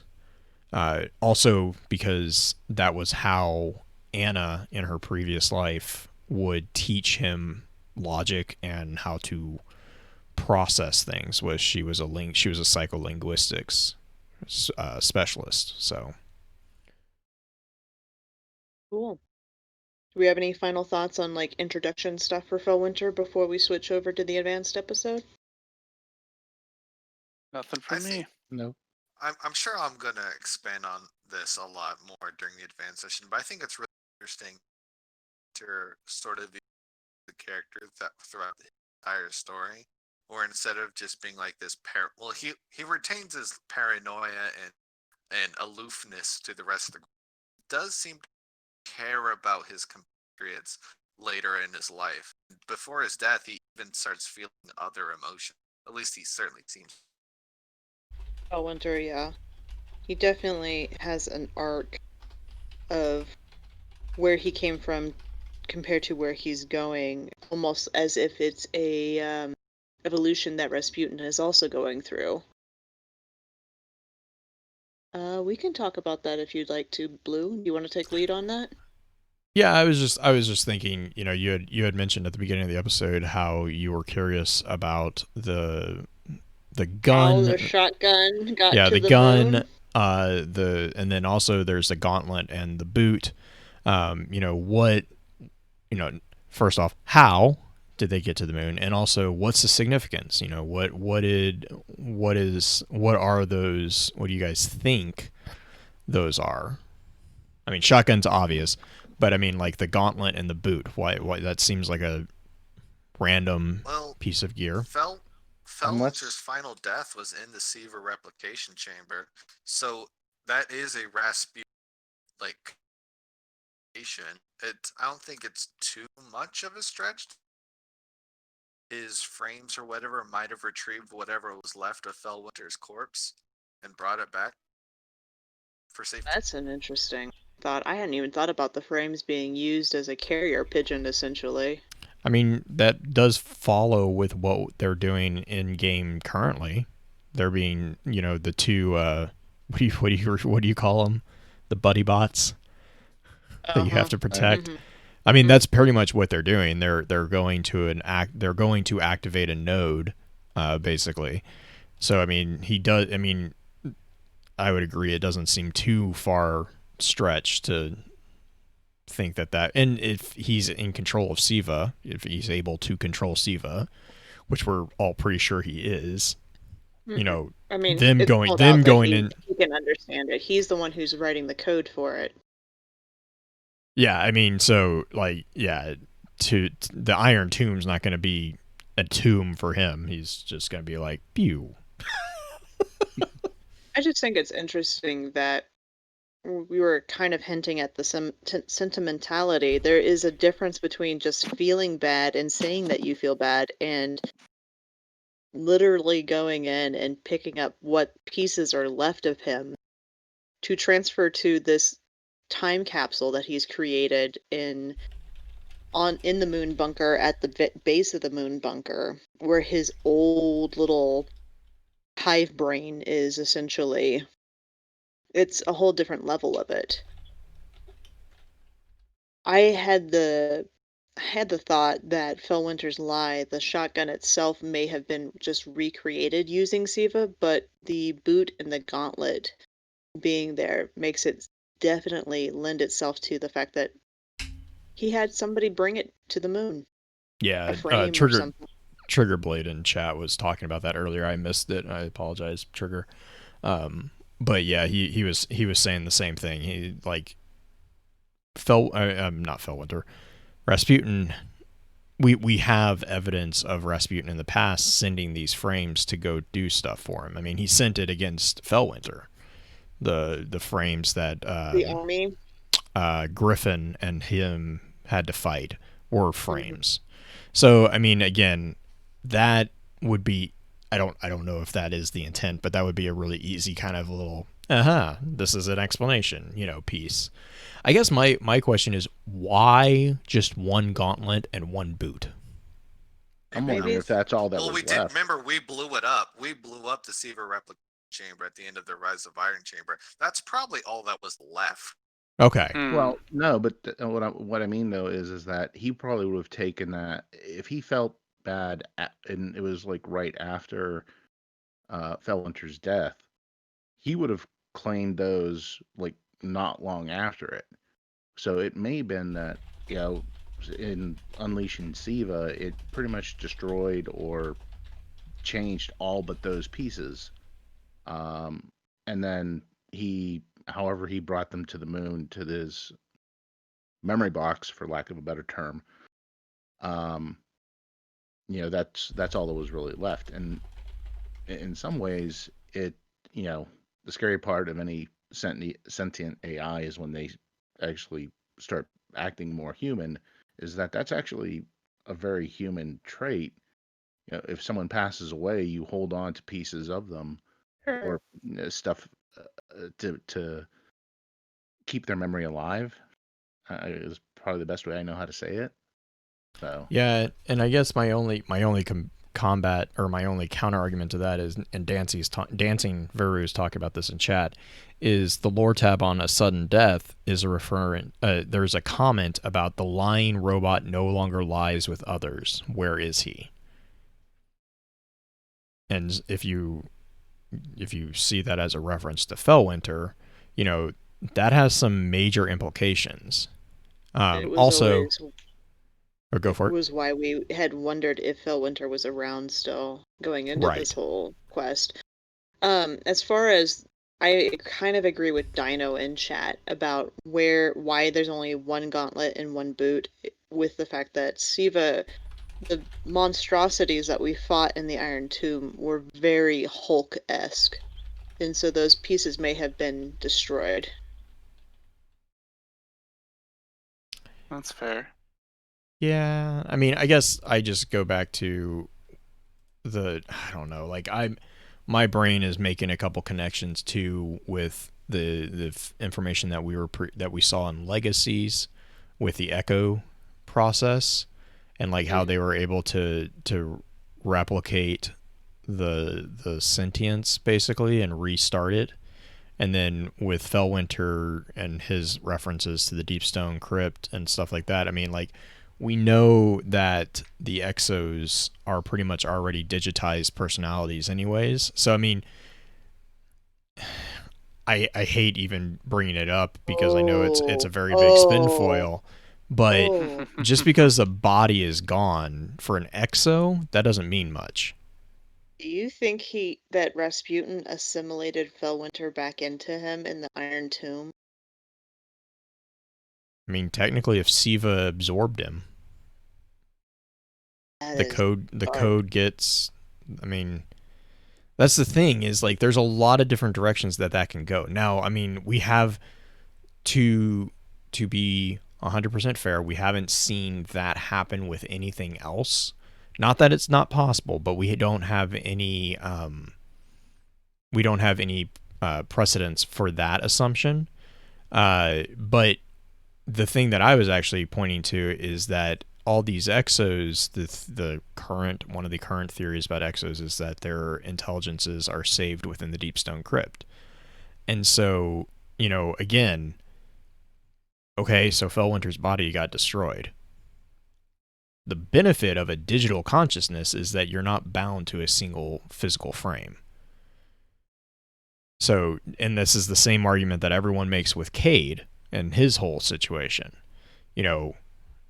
So it's just, to me, there's an interesting possibility. Plus, with the whole, the lying robot no longer lies with the others. That could be a reference to Rasputin's recovery of the body, for whether he wants it as a keepsake or to do a memorial, whatever. If he's feeling sorrow, then closure for that is a very big part of dealing with sorrow. But there's also the possibility that we have something else going on.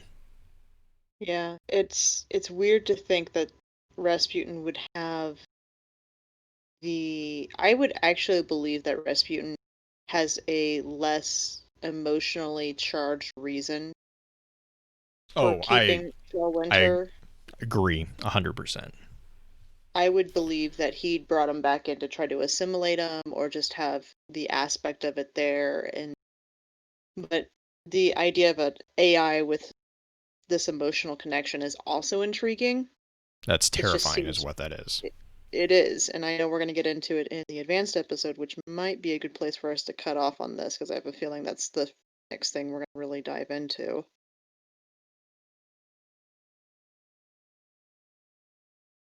Yep, I'm good with that. Sorry, chat's talking about those connections. So shoutouts for the intro session. I will let the guests go first. So let's just run through real quick. Laz, do you have any shoutouts for us? I'd say just the community trying to keep their heads up during this time. We're all stuck at home to some extent, and hopefully an end is close, so where we can head outside and be somewhat free. And I feel like the community has done a decent job of trying to keep their heads on or screwed on tight. So shout out to them. Neo, any shoutouts for you? I think I want to shout out to my clan, Paracoslectic, particularly one member, Soul Shoal, because about half an hour ago, while I was sitting here with you guys, he asked me if I wanted to play Trials with him, and I had to say no. Aww. There's all weekend you'll get to. Hopefully he doesn't have to work. Yeah, I think we're going to do Sunday now. Nice. Pins, any shoutouts from you? Yeah, definitely for Focus Fire Chat. Thanks for having me on again. And also just a shout out to not just the Destiny community, but people in general. Just remember to be kind to one another, please. It's all nuts right now, and we all could just a little human kindness. Patience. Yeah. Patience is important now. Even if you don't agree with somebody, be patient and don't knee-jerk react. It does not bode well for most people if you do. My shout out is actually just an announcement for next week. Next week, Blue Informage, and I'm gonna butcher her name, Blue, so I'm gonna need you to say it. Mochi Llama. Mochi Llama. That is a lot easier than what it looks like in text. Okay, grenade musket lover. It looks like Mochi. I don't know what it looks like. My brain. It's 11 o'clock here. I've been up since 6. I know you guys are at 1 a.m. Heyo. Yeah, New York. Blue and the fabulous duo of those two are going to be talking about Avatar: The Last Airbender, while I am on a short hiatus for my anniversary. I promised Julie that I would actually take the weekend off so I can spend it with her. So, congrats. yeah. So we're gonna do that. This will be 4, 5, 4, 4, 4. Yep. Sweet. Nice. So we are not going anywhere. We're not doing anything. But we're gonna be together. It's Because a COVID. cornversary. Oh God, it's like the it's kind of sad. I might Down-anniversary. I might spruce it up and like try to dress up a little bit and like do a candlelit dinner on our maybe do a picnic or something. I don't know. We'll figure something out. But I did promise that I would take Friday night off so we could do whatever she wanted. There you go. Yeah. Blue? Just a big shout out to everyone who has given us feedback on some of the new stuff that we're trying out with the Lore Network site, and then also with the podcast. I know we've kind of been. It feels like, at least to me, that we've been kind of jumping around doing different stuff, trying different things out. It's actually really been nice for us behind the scenes because it's taken a ton of pressure off of us.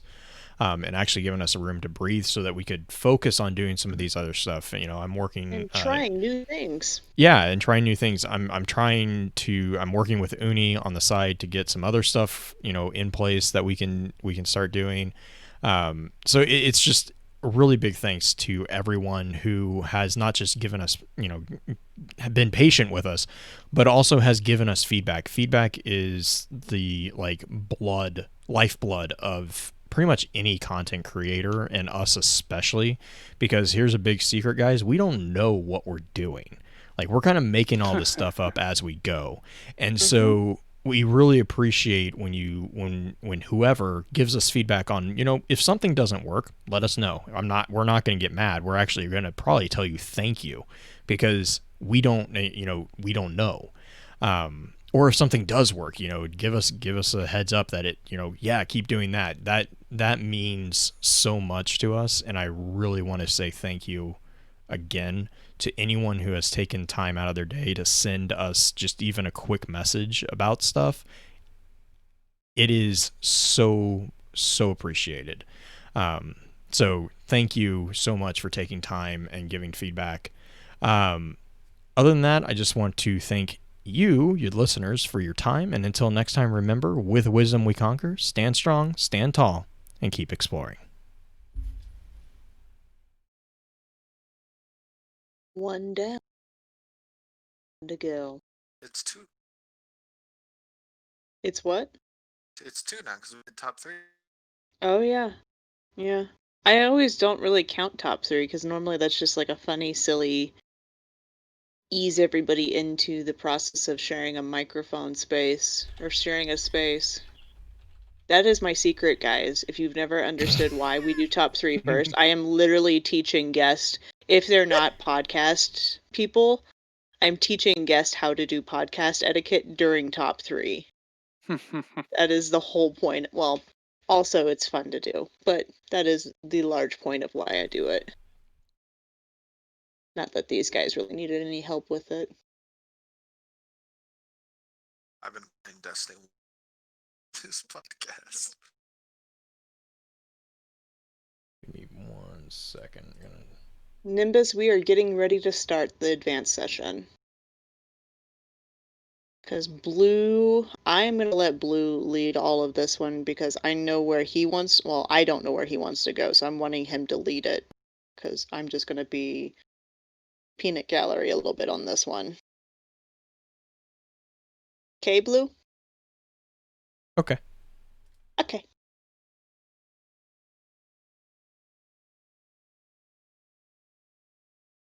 Okay, perfect.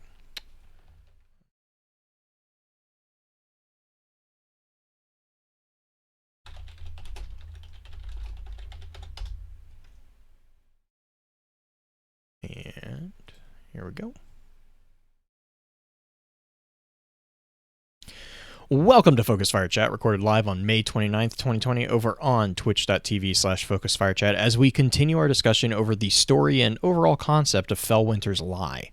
This particular episode will serve as what we have come to call the advanced session for the week's exploration. Congratulations to those who signed up for a deeper dive. Before we go any further, however, let's run through a quick introduction of who all we have with us on the show. As always, this is your host, Blue Crew 86. And this is the Costco hot dog loving green-eyed music lover. There is a reason for this intro, I swear. I may be talking with Danny from Bungie about Okay. Costco hot dogs Okay. at the moment. Because we both love, like, Costco hot dogs are amazing. They're a little garlicky, and they're cheap. And we were just kind of lamenting about how they don't have all the condiments out anymore because of the crisis. Anyway, fuck Oh your show. man. Well, Well, Black Flag. That's the weirdest one yet. Oh man. Well, this week we're also joined by a few others. First up, we have Lazarus the Lich. Laz, how are you doing this evening? How's it going, y'all? Just another day in lockdown, quarantine, whatever other strange term you want to call it these days. And then next up is our good friend in the Focus Fire Chat, community manager Pins Halo. Pins, how is the evening treating you? getting a little bit later than what I'm used to, but yeah, I'm doing well. Drink coffee. That's all. That's the answer to everything. Uh, True.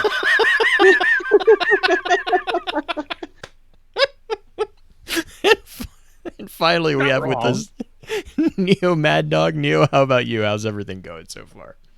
Oh, I'm great. I'm back in one exploring the plague lands. Nice. Nice. there we go.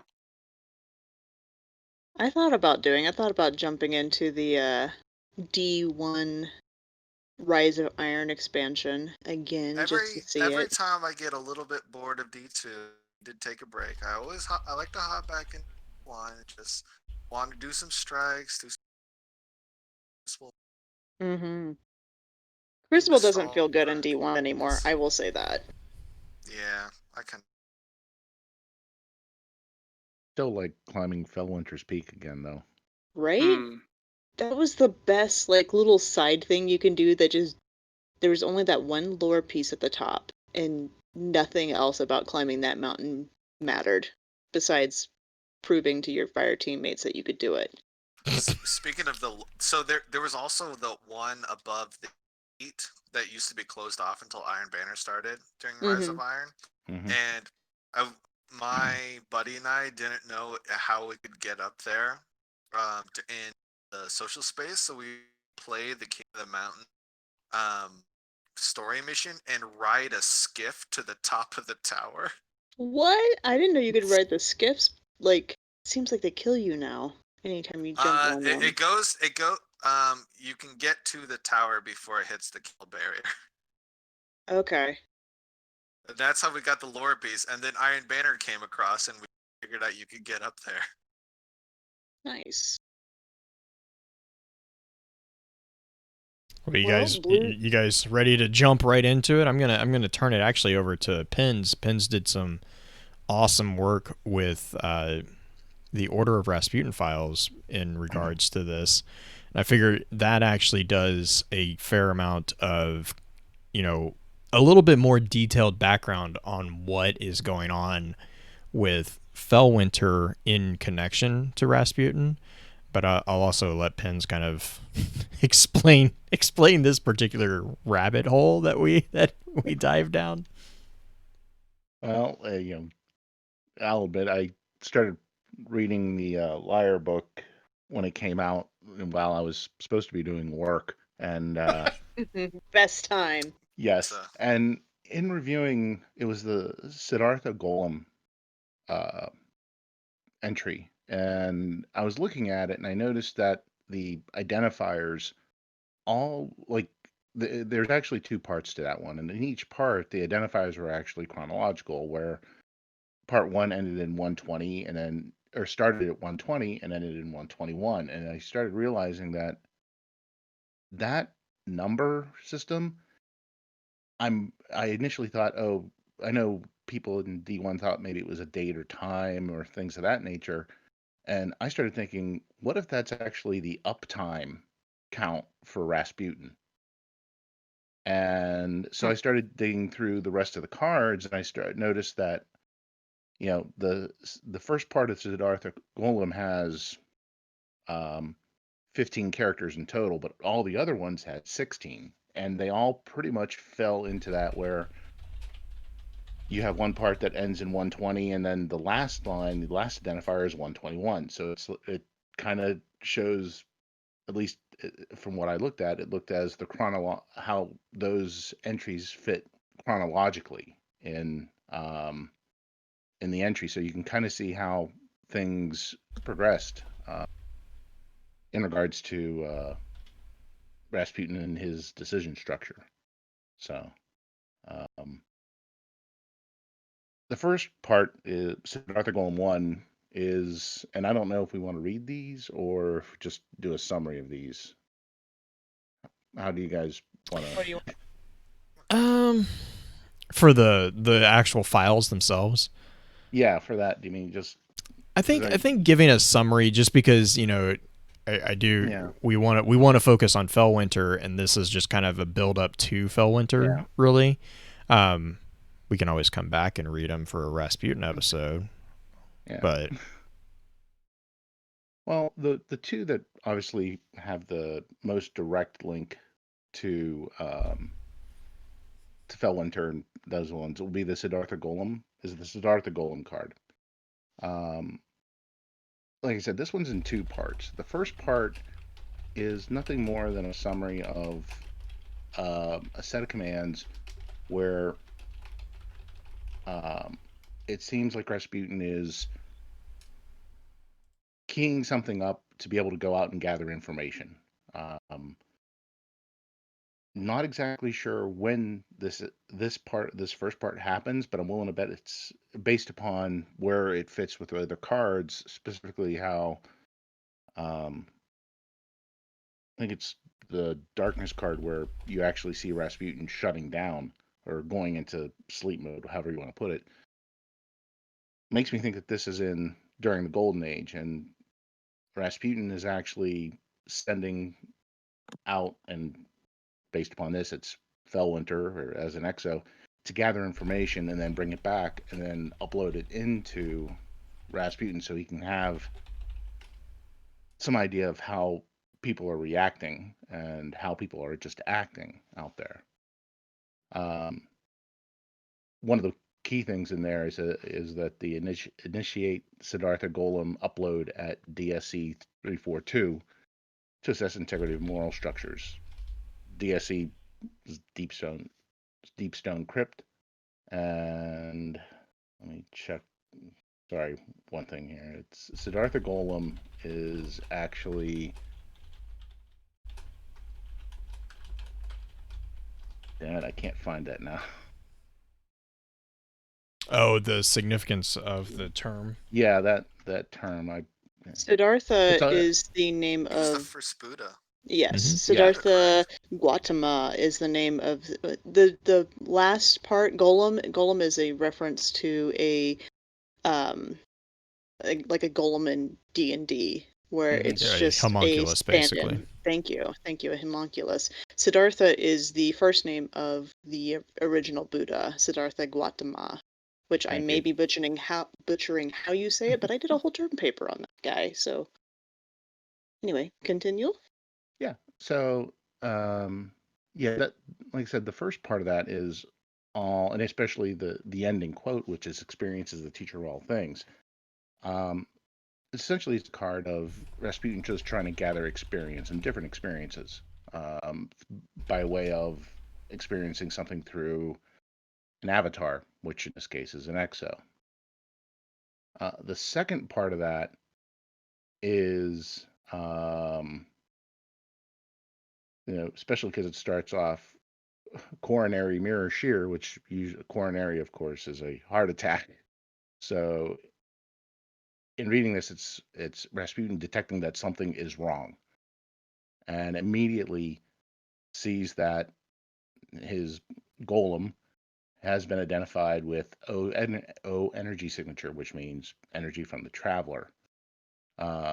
He immediately tries to sees the asset, which fails. He tries a remote injection of wetware payload, which I would, which to me means he's trying to upload a virus to it, and that fails. Um, you know, a remote injection of hardware payload, which means he's he's throwing things at it, and realizes that none of it is working. Felwinter? Yeah, he's essentially, this is where this is right after essentially the ghost resurrects Felwinter, and Rasputin detects this and immediately says, "No, that's mine. You can't have it," and immediately tries to take it back and fails. So, and then at that point in time, everything remote doesn't work. So he's like, "Okay, fine, here we go," and just starts sending stuff out after him, which, throughout the Liar book, he throws War war sats. sats and frames at him. So, and weep the more because I weep in vain. It's, well, I can't remember exactly where that quote is from. It just seems to indicate that it's like, he's trying all this stuff and it's just not working, and it's just frustrating him.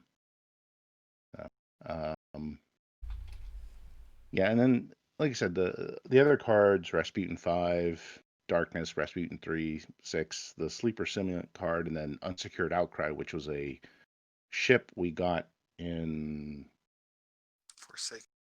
Forsaken, yeah. None of them have direct ties to Felwinter, but like I said, I just thought it was interesting that this was how you can kind of see the chronological of those cards, which, because dates don't really exist. Oh, thanks, Blue. And Weep the More Because I Weep in Vain is from On the Death of Richard West by Thomas Gray, which was a poet, if I remember correctly. Yep. It's a sonnet. Yeah.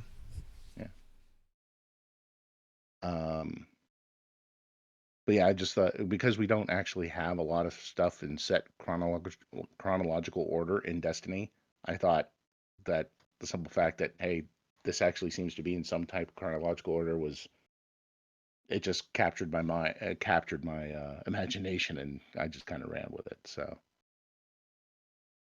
It is nice to actually get a little bit more information about why or how the structuring goes in the actual timestamps, because I see that and I just see a bunch of gibberish, honestly. Like, I'm with you I there, just what no, go ahead. Sorry. I missed what he had said. What'd you say, Neo? No, I said I'm with you there. I'm just. Oh like, yeah. Like I said, honestly, it was just one of those weird moments that as I was reading through it, and I said, wait a minute, and I looked at it, and it's like 120, 121. It's okay, those are, Mm-hmm. and I thought back, and I seem to remember very early on in one of the early Rasputin episodes, there was a lot of talk about, what is this, how is this, and can this be converted to some kind of date and time, and no one really could come up with anything. And then all of a sudden it just seemed to pop in my head. It's like, well, they're chronological. They go up by numerics. I mean, the only one that Mm-hmm. really has a big jump is Ghost Fragment Darkness, which is the one where essentially it's the Sky Shock alert where um, He he goes into invokes midnight Carhire White. exigent. Yeah, where he sort of says, "I'm taking control of everything." So that's a whole. I mean, that's just a whole list of things that he's detecting and running through.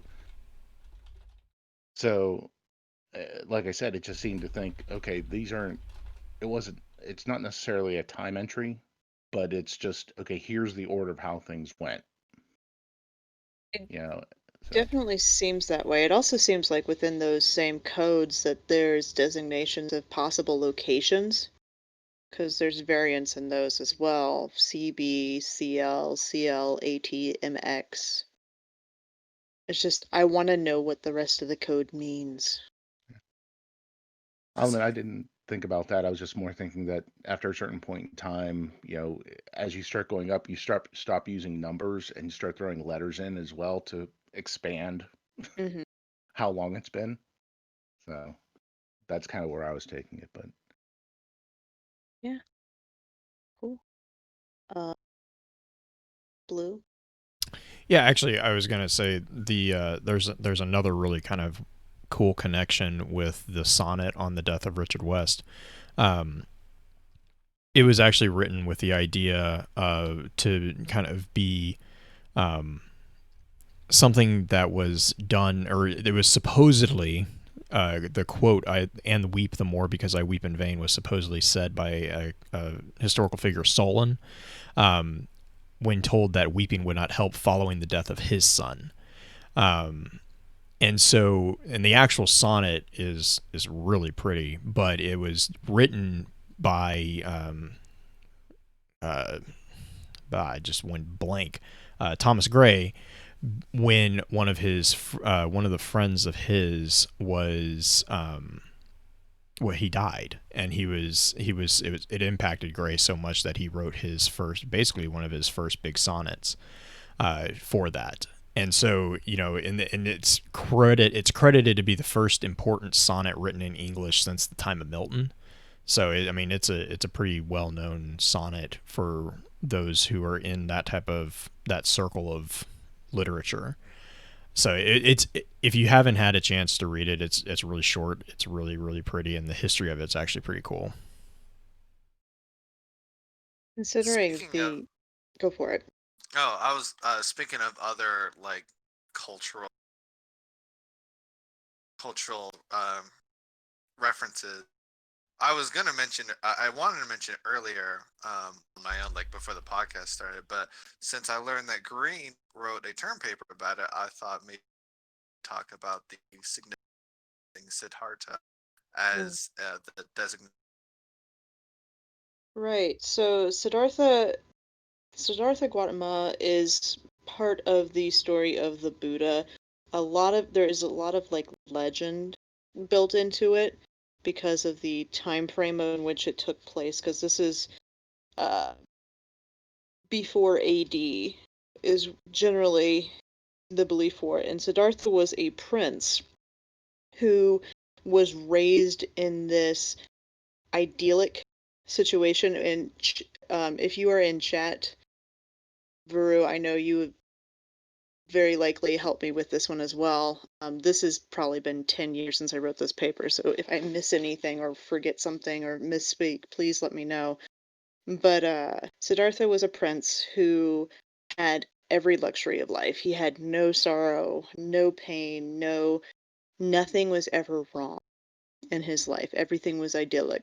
And then one day, he makes his way down to the marketplace, and according to the legend, he sees, I believe, a sick man, a man who is essentially dying of both old age and sickness, and he's shocked. It kind of rocks him to his core. And at that time, he was still learning lessons about kind of like the religious basic lessons of the time, but he took those lessons and turned them on their head at that point and basically gave up his princedom to lead a life of more moderation and understanding of suffering. And he went out amongst the people and learned how to suffer, because he would not buy anything. He would basically live off of the graciousness of others. And he went. You have the different images of Buddha, which granted these are not all the same Buddhas, but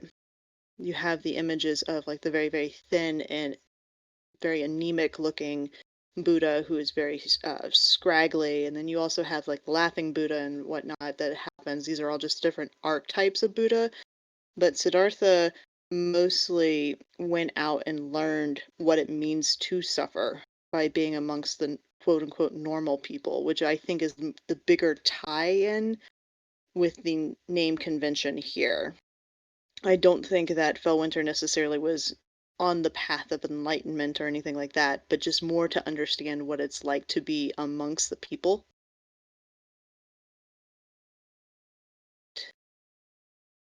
Yeah, Vuru is very correct in that both Buddhism and Hinduism have faith systems based on the samsara, which is an old, if I remember correctly, isn't that a Warlock set? Or was that just a across the board set? I think I don't know. Well, there was a set actually. Yeah, it's also It was it's a also D1 set. yeah, it's also referenced in quotes too. But I think the Siddhartha is mainly in reference to the fact that Rasputin wanted to walk among the people and understand more, and the way he had been taught prior to sending out Felwinter was assimilating cultural phenomenon, whether it's music, literature. Blue could probably talk about this a little bit more with the Anna's role as the psycholinguist. Mm-hmm. It's the concept. It's the archetypical concept of a servant leader. Or a wounded healer. It's something that actually quite a few world religions have a figure. Christianity has it in the figure of Jesus Christ. Buddhism, you talked about that one, and it's something that allows the connection of the higher power to the everyday man. It it humanizes the supernatural, and it puts that indescribable being into a form that is is relatable and understandable to us as humans, because in those in Buddhism, as same as like in Christianity and some other religions, humanity is flawed, and it's a quest to become better, right? Buddhism is all about the becoming enlightened. Right. Samsara is the concept of the repeating cycle of birth, life, death, and rebirth. It's Sanskrit the karmic cycle. Yeah, well, samsara literally means continuous flow. Right. I will preface what you said, or I will amend what you said a little bit, in that Buddhism isn't a deity based. Fair. Like yes. the Sorry. Buddha yes. is not considered like supernatural. The Buddha Correct. is a person who reached enlightenment, which is just purely meaning like understanding and freedom Correct, yeah. from the suffering of not understanding is essentially the most basic way I could say it. Yep, and that's actually why Buddhism is so so fluid and able to fit into so many other religious worldviews, is because Buddhism, for the lack of a better terminology, Buddhism doesn't threaten the validity of those religions because it's a way of life. It's not a belief structure. Well, I mean, it is a belief structure, but it's not yeah. Anyways, it's a practice. Right. Correct. And so, but to bring it back into the connection to Felwinter, when you start talking about a Siddhartha golem, you guys were talking also. I think it was in the introductory session. We were kind of mentioning the concept of an avatar. Golems are in some ways another word for avatar, because they are basically units that have been created in the to do the bidding of another person, which is basically what an avatar is. And so if you're connecting this to Felwinter, Siddhartha golem, that is what an exo really kind of is a golem for a digital, sentience, whether that's Rasputin or the digitized consciousness of a human being.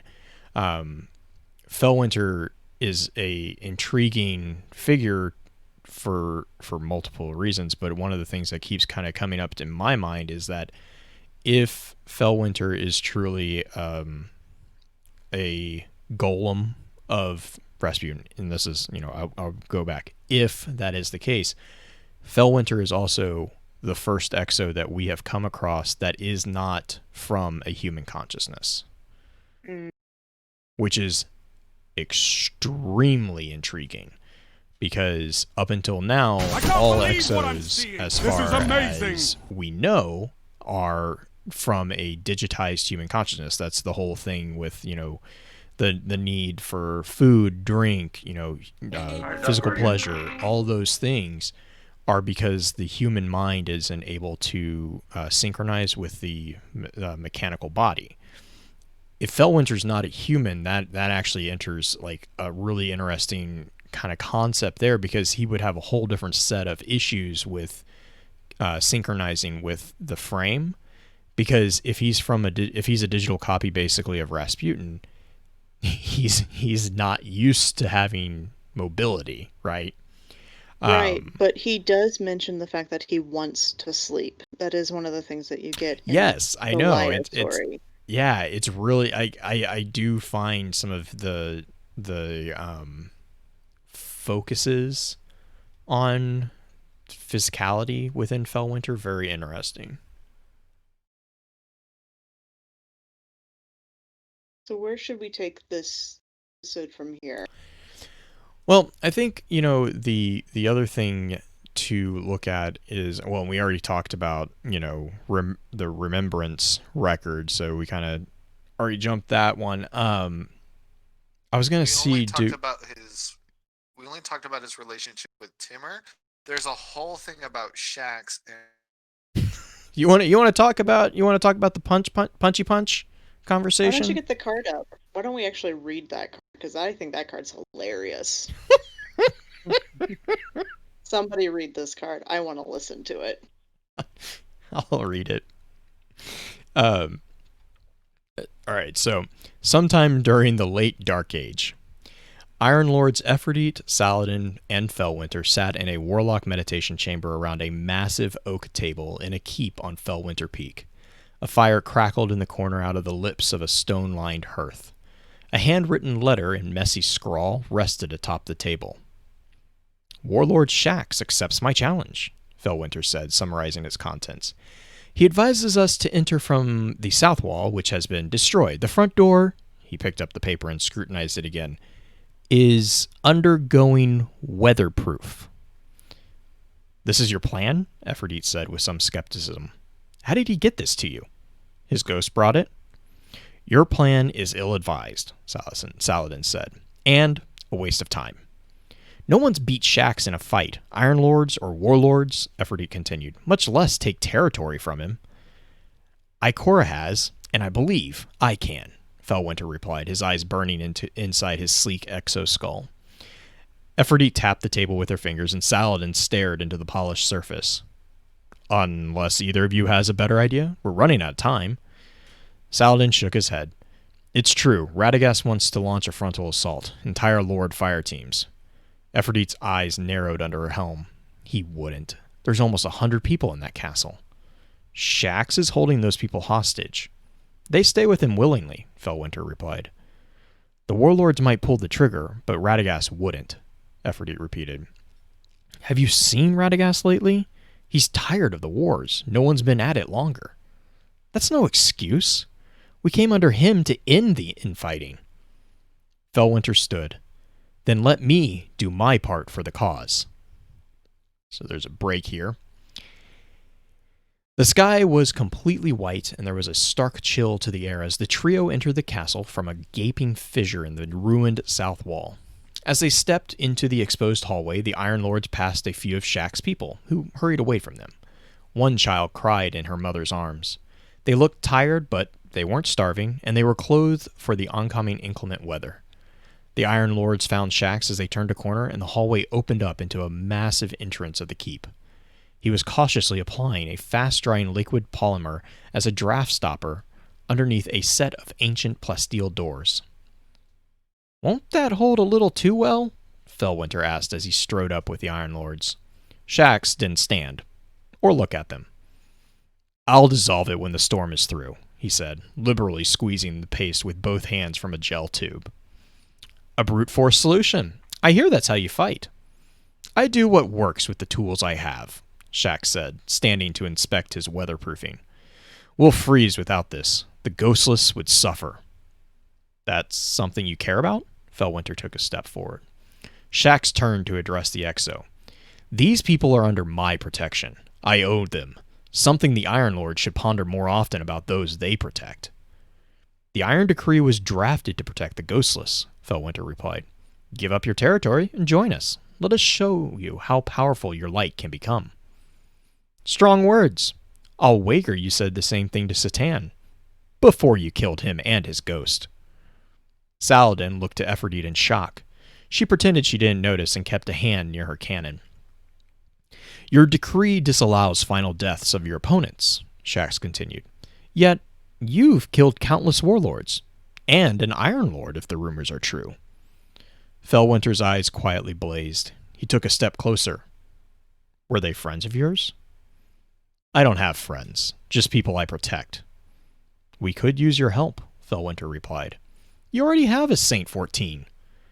Saint serves the Speaker, not the Iron Lords. He thinks highly of you. Perhaps I'm not being clear. I'm not going anywhere, and you lot aren't coming in. As long as I hold this territory, there will be no collateral damage from turf wars inside our borders. Iron Lords and Warlords be damned. Your South Wall says otherwise. And you're starting to piss me off. Are you here to duel or whine? Felwinter guessed that Shax now stood a little more than 3 feet from him. The Iron Lord stepped forward, dragged a solar sword from the air, and thrust it at Shax. The Warlord turned his stance sideways as the burning blade sang past his helm, ducked the horizontal cut that followed, and stepped back as Felwinter drove the blade into the stone floor. The chamber erupted with ethereal fire and solar light. Shax's back fist took Felwinter's head from his shoulders in a shower of sparks. The Iron Lord's light died with his crumpling form. Ephrodite coughed as Saladin blinked inside his helm. Felwinter's ghost unfolded above his prone corpse, and the Iron Lord reemerged from a pillar of cascading light. You should have used your void instead, Shax said. You could have brought the whole fort down on us, gained a fighting chance. The Iron Lord shook his head. Your people wouldn't have survived that. Shax's hands engulfed Felwinter's shoulders like descending moons. I would have stopped you, but I like your thinking. Now, get out. The Warlord left the chamber without looking back, toward the direction of the south wall. I need more time, Felwinter said, before Saladin or Ephrodite could utter a word. Saladin shook his head. Radagast has already assigned us strikes against the House of Devils. There's an uprising in the Cosmodrome. This was our shot to deal with Shax alone, and we failed. One lord makes no real difference in a strike against the Fallen. Buy me time, and I'll solve this. We don't have time. You said it yourself. The warlords will attack this fortress en masse. Not if I challenge again. He literally took your head off, Saladin replied. Ephrodite had a hand on her helmeted chin. We can buy time. Warlords in this region respect a prolonged challenge against Shax. Her eyes flickered to Felwinter beneath the helmet. Shax has multiple confirmed kills, final deaths. It's no small thing to challenge him. Most of those cowards won't, and they'll gladly let you try again, till Shax decides to go after your ghost. Felwinter stared at the weatherproof plasteel doorway of the chamber. I have a feeling that won't be a concern, he replied. Besides, these people will never repair that south wall alone. The oncoming storm will be their end. I'll help them. Change of plan, then, Saladin said. You'll buy time for us. What? Said the Exo. Keep Shax busy until we finish this business with the Fallen. Then we're coming for this castle. Ephrodite, if I could have a word? Saladin asked, his cloak flowing around him as he departed in the same direction as Shax, leaving Felwinter alone in the chamber. Whew, another break. All right. Ephrodite snorted. You didn't know? She exclaimed over the wind as she and Saladin descended the mountain on a gravelly, snow-covered road. That Felwinter is an oathbreaker? Saladin shook his head. No. You've never wondered why Radagast hates his guts? She said. That takes a lot. Agreed. Why has he abided this? Every one of Felwinter's confirmed kills broke the Iron Decree. He provided ample evidence. Ghost killers, murderers, and worse. All of them. But he never asked for permission. Felwinter is no Saint 14. Why does he do it? He calls it operational necessity? Saladin scoffed. I've never heard an Exo talk like that. Like what? They're usually more expressive. Does this change the plan? Saladin looked up at a trio of circling Karen birds as they walked. There is no plan. We'll quell this devil uprising, then strategize a frontal assault with the full force of the Iron Lords behind it. Hopefully, Felwinter keeps Shack busy until then. Aphrodite shook her head. People will die. If the warlords attack him first, it'll be catastrophic. Shack's forced our hand. Whew, alright. One more break. Shax and Felwinter watched Aphrodite and Saladin descend the snow-covered mesa from the shattered south wall. I thought I told you to get out, Shax broke the silence. I mean to challenge again, Felwinter replied. Not today. Shax shook his head. My ghost believes it'll snow before nightfall. Yes, Felwinter said. What did this? Fallen Walker? No amount of Golden Age polymer can repair this wall before that storm rolls in. Nope, Shax agreed. My light will be the wall. A ward of dawn? Your people will freeze. A well of radiance is what you need. My light will be the wall. You think my hammer of soul won't burn bright enough to last the storm? Of course it would. And you'd set this castle ablaze. Leave it to me. I leave my people to no one. But if you're seeking shelter, you're free to stay. You call them your people? You rule them like a king? I protect them. Some kings don't know the difference. A light dusting of snow started to fall. Does your mountain have a name? The Iron Lord asked the warlord. No. I call mine Felwinter Peak. Do I look like I care? For days, the storm had kept anyone from traversing the mountain path. Between Felwinter and Shax, the people of the castle were safe from the elements. Saladin and Aphrodite had sent word the fallen campaign would last at least another few weeks. So, Felwinter challenged again. Shax accepted. Iron Lord met Warlord in the backfield beyond the shattered south wall. Felwinter aimed a palm strike at Shax's center of mass. The Warlord slipped sideways, narrowly avoiding the burst of void light that blossomed forth, and cracked a back fist into Felwinter's skull, sending him sprawling backwards. Felwinter struggled to a knee, then to his feet, his long coat flowing around him. A fissure of sparks sprayed from his skull. How many warlords have challenged you? He asked. I lost count a century ago, Shax replied. He stayed in his sideways stance, waiting for the Exo to make a move. I will not stop. Never rest, Felwinter said. And the warlords are just like me. They refuse to end each other, not because of a code or an iron decree, because they're afraid to die, and they will plague this world forever. Felwinter raised his arms in a striking position. How many of us will you fight? As many as I need to. Shax closed the distance, slipping past the Exo's guard, and snapped the back of his fist into Felwinter's temple, which promptly shattered. The skies were clear, so Felwinter challenged again the day after. Shax accepted. They met on the backfield. How long will your people last out here? Felwinter asked. Longer than you, Shax replied. It was true. A flying knee separated the Iron Lord from his head within seconds of a short melee. When the Exo's ghost put him back together, Shax was already halfway back to the south wall. How long do you expect them to stay here? Felwinter called after him. The warlord turned back. What are you talking about? He asked. How long do you expect your people to stay? They will not survive the winter. I'll find a way. You have a way. If you won't join the Iron Lords, let us help you. Your wars have left my people homeless, and worse, they would never trust you. If you asked them to, perhaps they would. You're their king. I'm no king. Prove it. I have nothing to prove to you. Prove it to them. Weeks later, Aphrodite and Saladin brought a silver army with them, gleaming weapons in their hands. 9 Iron Lords dismounted their machines at the foot of Shax's mountain. 12 warlords armored in eclectic styles from across the region opposed them at the path that led up to the mountain peak.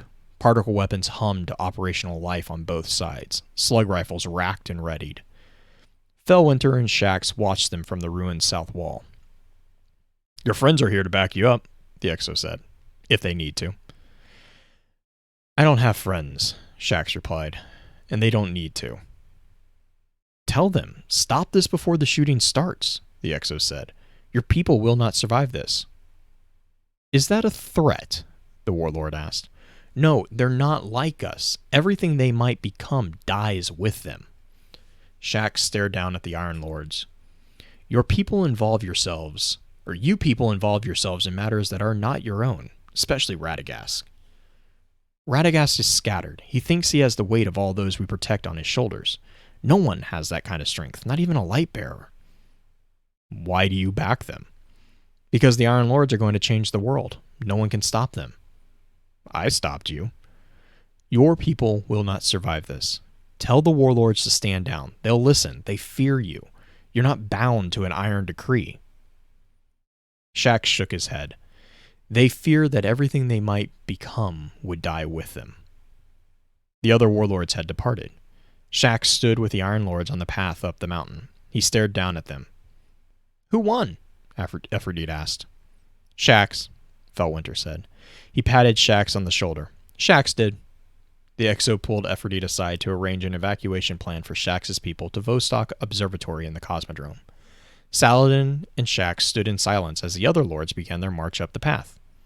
Hello, said Saladin. Hello, Shax said. They shook hands. Iron Lord Shax? No.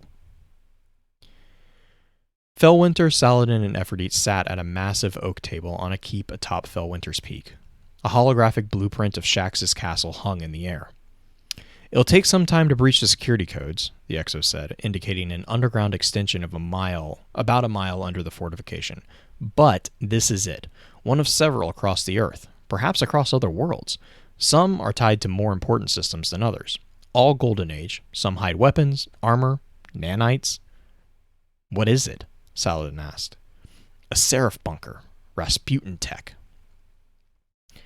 And then this is the part where we've already read with Temur and Felwinter. Yep. This could almost be its own book. Yeah, I love. Didn't I tell you to get out? What I think interesting about is that, like, at this point, it's not entirely clear whether Felwinter actually cares about the people and is just trying to Shax, or he actually does and is like out of the goodness of his heart. Because like seems to think he does, because in the mission text he says that he used his own love of the people against him. Yeah, and I think that too. I just maybe at this point it's a little less clear. Like it's slow developing. It's like he's using these arguments so often he begins to believe. But it's interesting that Shax parked his castle right above a Seraph bunker, and that's the real reason Felwinter wanted to get there. Wanted to get either Shax to join or some other thing. Wanted to be able to search it. I just love how Shax just backhands his head off his body. Like, that's a little gruesome. But wow. I mean, to be fair, Shax did give him first strike. Right, but he missed, but do you know how okay, Shax is terrifying, yes, but do you know how much more terrifying that makes Xur? Mm-hmm. Knowing what Xur did to Shax? That's why Shax loves Xur. Oh my god, that's scary. Beautiful. She is terrifying in my eyes now. Like, she's not only just like this massive Zarya-like character who's like this Russian, like, she's not Russian, obviously, but I imagine this giant Russian woman just total badass, able to do anything. Mm-mm. Mm-mm. Mm-mm. Not if Shax is that good. Like, Shax literally does not lose, is not only just quote-unquote brute force, but he's elegant in a lot of these moves that are described. The other thing that I do actually like about this is up at the beginning, there is a soft confirmation that Ikora has already defeated Shax. So there's a bit of a time confirmation there too. So, I mean, there's a couple different chat. Calm down, Green. I'm Um, sorry. I mean, she's not wrong. But there's two kind of options here. Either that the Guardians that we see in game are really really old, or that the time frame that we're dealing with is not as significantly large as I think a lot of people assume it is. Because it's pretty much now the case where every major character that we have interacted with in game has been alive for quote unquote different ages.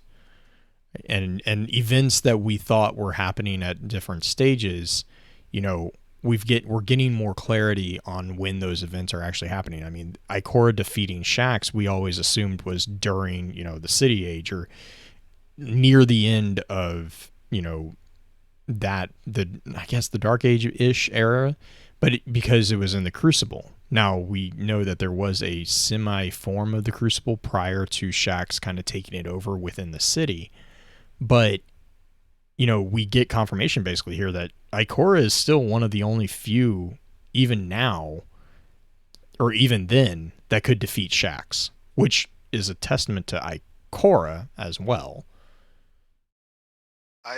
Speaking of Ikora's character, I at this point, well, because she's considered an iconoclast, I feel like she's just kind of a wandering warrior who just tries to challenge whoever she comes across. Like, hey, want to fight?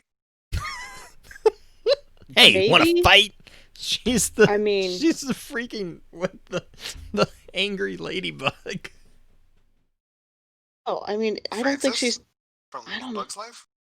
Oh no, it's the kids' book. Oh gosh, I'm gonna have to find it. I'm pretty sure it's Angry Ladybug. Hang on. I always see her Grouchy Ikora Ladybug as more of the. She has a very firm line, and if you cross that line in any way, she'll take your head off for it. Not necessarily like she's going out searching for fights. Although, I mean, old Ikora was a fiery woman, so possibly. I don't know. I want to see Ikora fight besides just the my God, Blue. Besides the Blue put the picture of the grumpy ladybug in chat. It is a children's book. It's a great children's book, but basically every time he runs into somebody, want to fight? No, Ikora is the grouchy. It's that gag from Whose Line? Like, say something that will guarantee to start a fight. Hey, you guys want to start a fight? I just now have this image of Ikora as a grouchy ladybug. Anyways, continue, Green. What you were saying? I don't even know anymore.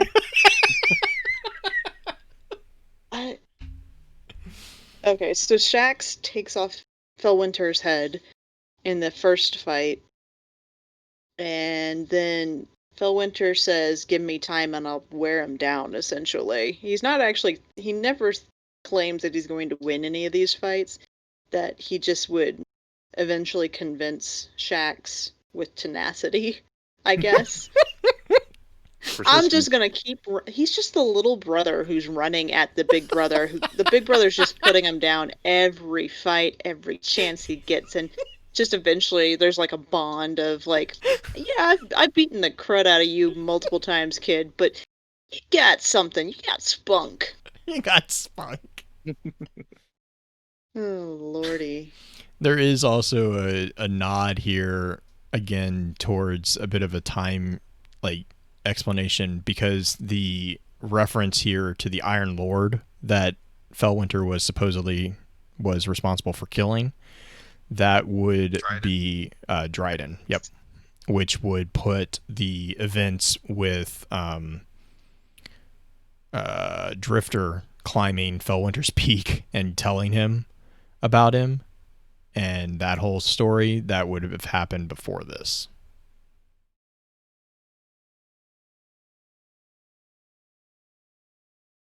Just puts a whole new perspective on where Drifter's at in the story. Chat.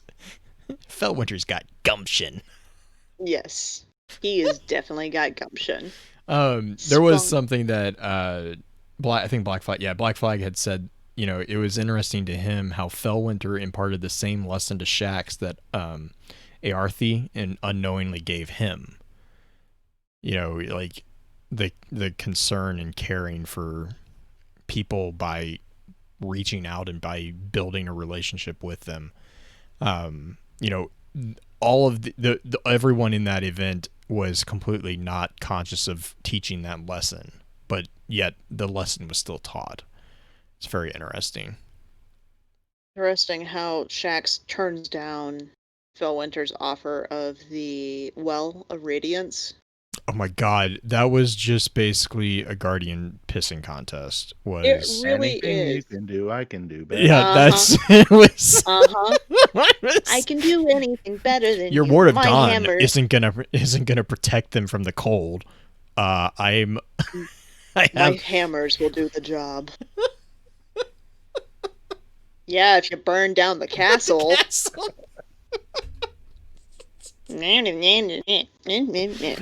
Oh, that's. I just love Aphrodite's response to the beheading. Aphrodite's just like, she Really? just Did she laugh? I can't remember if she no, laughed she or didn't. was She just just like, coughed. She just like, like that's Mhm. it. And Saladin's like, wait, what? I love how Saladin is so innocent at Felwinter's history. Like, Oh, he had yeah, no no idea clue. that Felwinter actually killed, like, broke the Iron Decree. Like, Saladin is, like, the purest Iron Lord, I think, that's out there. Considering, like, He's all Well, an their innocent histories. little I baby. mean, He's like, he is Really the is. purest light bringer or Iron Lord that's out there because you know he's the only Iron Lord that's out there. Shh. Aphrodite's still alive. She's not Somewhere. an Iron Lord though. She forsake that title. Saint 14's an honorary.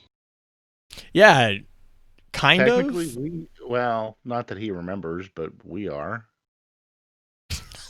You still a little sore on that one. I think everybody's a little sore on that one. I earned that title, thank you. That was my Yeah. favorite part of Yeah. Rise of Iron, was being called an Iron Lady. Just like I'm not sore that Shax has my damn raise lighter. I want Bastard. Young Wolf's howl back. Like, I want my sword. Oh man. Knock that other horn off your helmet. I also like how Saladin is like, Iron Lord Iron Lord Shax? checks? No. No. If I remember right, I don't think he even or they refer to him here as the Warlord, but I don't think Shax even had a title like that he referred to himself as. Funny thing is, now, he's just referred to as Lord Shax. Well, Yeah, I the think Drip. Arbalest Lord Tab talk about the Yeah, Arbalest Lord Tab had a conversation with Drifter and Lord Shax about why he Jack. I was about to say I thought there was a conversation between Drifter and Shax about that. Forgotten about that. But I It's think it's also mentioned in the dodgeball cards. oh, that's yeah. right. Yeah. Those are adorable as well for Shax. Yeah. But I think that's a fun, good place to call it.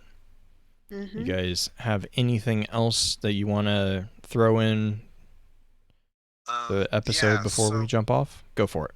So there's I don't remember which book. Last book. Neo, you're cutting out a little bit on our end. At least I'm... Check it.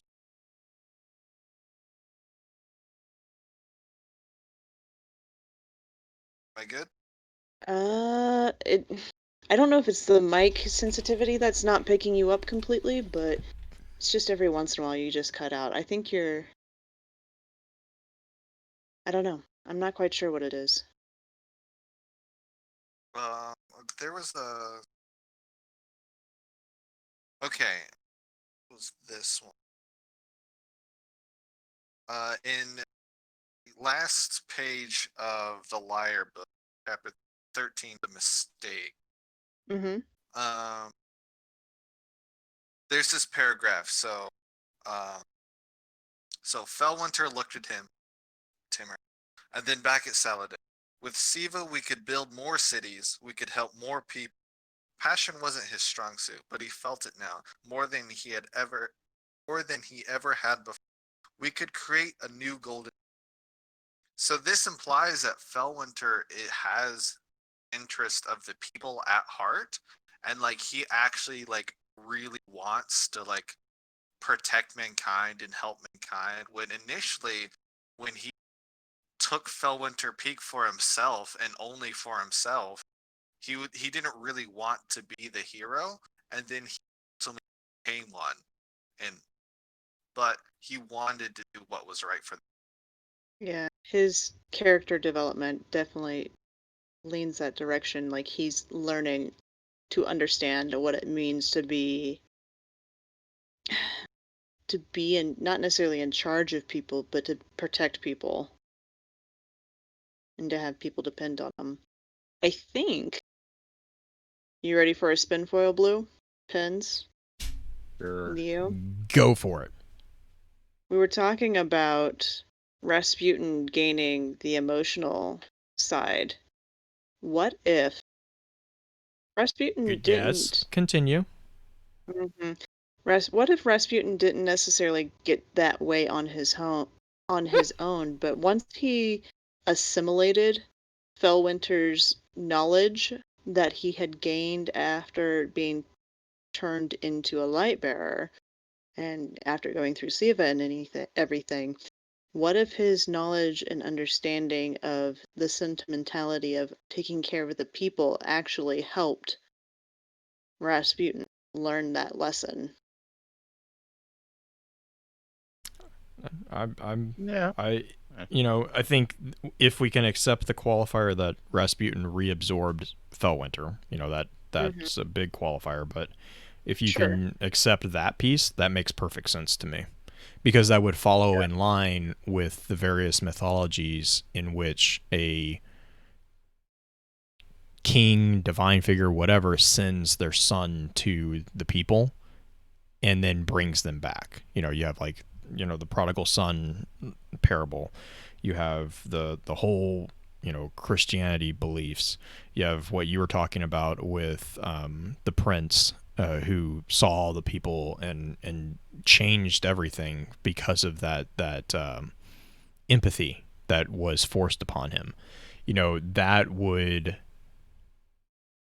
to me, that would be a very good parallel with those mythos as well. I think that makes perfect sense to me. That also has other implications that I'm really interested in.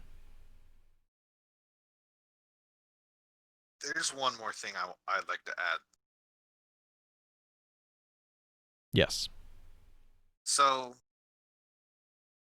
it's more about how Felwinter changes as a character, how he is as a person. But I think it was one that, like, the big always question for me was initially, why did Felwinter join the Iron Lord in the first place? Mhm. Especially relatively early on in, I guess, early Dark Age, where it's not like the Iron Lords had a lot of resources. But I think what I think is, because the Iron Lords want to protect people, like that was Radagast's whole idea, is that basically Felwinter made himself a target that Rasputin, because there would be civilians near him, and then ultimately Felwinter, through his protection interaction, fellow brothers and sisters in arms, became more selfless, and then that became the way Rasputin get to him, was to make a trap. Mhm.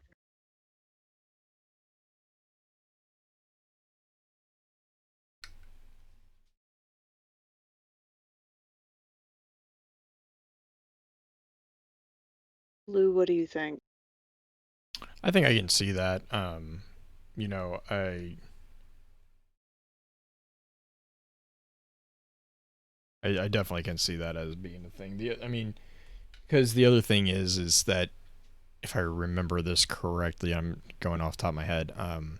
Felwinter also is going. I mean, Felwinter. It wasn't a completely innocent move on his part. He was using them for things as well. You know, he was using the Iron Lords as much as they were, like quote unquote, using him. If you want, he was I definitely also. think Timmer was using Felwinter. Oh yes, I mean yes, Timmer was, and he was very excited about it too.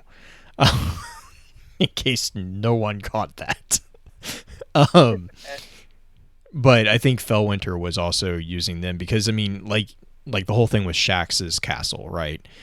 He used the Iron Lords to get him access to these bunkers because it was only after Felwinter came back from his self-imposed exile on Felwinter Peak that he joined up with the Iron Lords. Like it was, and when he came back from the mountain, it was because he had. I think it was after they had discovered the information about Site 6. I want to say. Yeah, that's what. And he joined the Iron Lords following his revelation or his realization of his connection to Rasputin. Like Fellspring figured out who Felwinter was, and then the next card in the liar is him basically approaching the Iron Lords. So there was definitely a plan in the back of his head for, you know, what he was trying to do. But I think you're also, I think, correct in that as with any story arc, you know, the person who joins them with the intent of just using them up slowly grows fond of the group. And I think that's what happened here is that he actually developed an emotional connection with these people. As much as he could have an emotional. Right, yeah. Do you think that instead of the idea of absorbing Felwinter, so cultural information, all the stories, all the music, all the different things that Rasputin was fed by Anna, culture oftentimes helps express emotional reasoning in ways that language doesn't necessarily do, or data doesn't exactly do in some ways. So it's very possible that with the psycholinguistic tactics that Anna took to teach Rasputin, that he would eventually come to understand the patterns of that and understand at least what emotions mean, maybe not necessarily grasp them himself until he had enough experience to express them. But well, I don't know. Just to jump in there, I think that was actually the original intent. Something that might make sense is look at it like look at Rasputin as if he was a textbook sociopath. It's not that he's not able to experience emotions, let's just put that aside, but it's that he isn't able to empathize with things. And so what Anna was trying to do with the whole cultural education is show him what empathy is like, yeah, and that, and Dino's talking about that too, and we see that in Anna's notes about, that's what she is trying to do. She's trying to clue him in onto these key terms, key concepts, because then you can extrapolate from those key concepts. It's data points that then you can extrapolate further connections. It's basically the concept of non-Euclidean geometry is like you take a couple axioms and you build upon those axioms, because those axioms, if you assume that those axioms are axiomatic and are undoubtedly true, then you can build truths based off those truths, which are in conclusion true as well. And so that's what Anna was trying to do with the, Right. with like Shakespeare and all those sonnets and, Right. all that stuff, was But give him the foundation. Now, the argument, I think, is you can have data points, but can you actually experience sentimentality just right. from But a intellectual point? here's the thing that's interesting is Burrow mentioned it that he can turn off empathy by choice, right? Like that's the Correct. nice thing about the AI aspect. But being able to turn off empathy is one thing because empathy is the understanding of feelings of others, right? Correct. Understanding how somebody else is reacting. That is, Rasputin, yep. until Felwinter's quote unquote betrayal or falling into the hands of the light, Rasputin had no necessarily hadn't had the same kind of emotional reaction until Correct. that point because Felwinter is a part of Rasputin in many ways. So in some ways it was an affront to Rasputin. So Rasputin's anger, that's the Yep. first emotion that we see from him, comes Mm-hmm. out. And then you It's see it's this kind of very obsession. it's very similar to like child development. Yeah. I will also emphasize that just the ability to turn off empathy does not mean that you don't feel emotions. It's a Correct. very big pet peeve of mine when you have popular society portray sociopaths as being unemotional. That's not actually accurate at all. They have a sociopath has emotions. They don't have empathy, and They that just and can't Green. read other people's emotions as much. Well, they aren't able to empathize. They view like a true sociopath views another human being as just a fixture. Like it's not a there's no connection on an emotional level, an empathetic. There is no empathetic connection between them.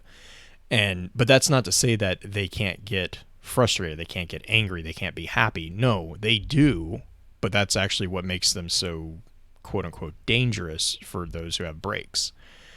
That's the same as Rasputin. If we're going to allow the concept of him having actual emotions, that's why in pretty much pick your science fiction movie, whenever a massive AI starts having emotions, it gets dangerous because there is no the thing that keeps you in check from a humanistic standpoint is your empathy, your ability to put yourself in the other person's shoes.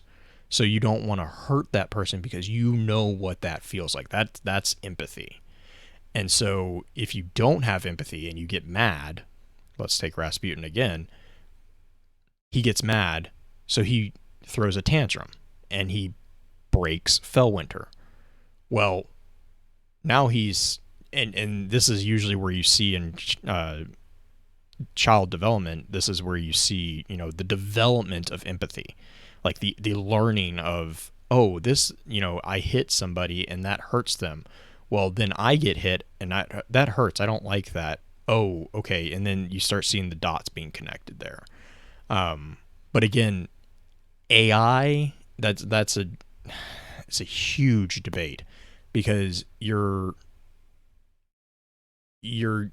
connecting a purely non-physical intellectual entity with something that seems to be very inherently connected to physicality and like there's an inherent connection that humans share, which is why so many people find the concept of sociopathy very, very disturbing because it flies in the face of what we understand humanity to be. So that's where like Rasputin, that's my hang up with Rasputin having like emotions is like, I'm like, I see it, but I at the same time I'm like, I don't know if I honestly don't know how I fully feel, but this is actually a really big debate in reality around machine learning and AIs about, can they feel, or would it be possible for a machine learning system to ever develop emotions? There's people on both sides of that debate. I think the big interesting thing that would help us answer that is not necessarily Rasputin's quote unquote fondness for his creation, but does he have regret? over it. Well, Does he and ever? then you run into the fact of does he actually have, like, I mean, like, short of us being shown, like, from Rasputin's perspective, there's always going to be that doubt of, is he just telling us what we need to hear we to need make to us hear? assume? Hmm. Yeah.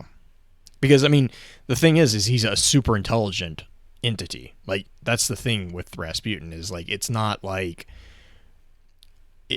matter of, we can trust everything he says on face value. We know he can be misleading. Like, he has misled multiple instances of us. Like, we have been misled by him. Other Guardians have been misled by him. The whole situation with the Iron's Bane was a misleading of his to punish the Traveler, quote unquote, for taking what was his. Like, it's the proverbial, the kid came and took the toy from the sandbox and the other kid got mad at him for it. Mhm. It's so oh my gosh, I could go on forever, so I'm just going to stop. I think we should start wrapping up if we can. Because this debate is not just for this episode, I don't think. I No, think this is going to not be at one all. that's going to continue. I mean, I hope that, to start wrapping up there too, is I think that this is a really, really fascinating topic, and I really hope that they continue to dive into this storyline with the next couple seasons, because developing Rasputin's character arc is to me really interesting, because it gets into some of the really fundamental aspects of what it is to be human, or to be alive even. It's like, what exactly is emotion? What is regret? What is anger? What is that stuff that Rasputin is claiming he has, but does he actually have it?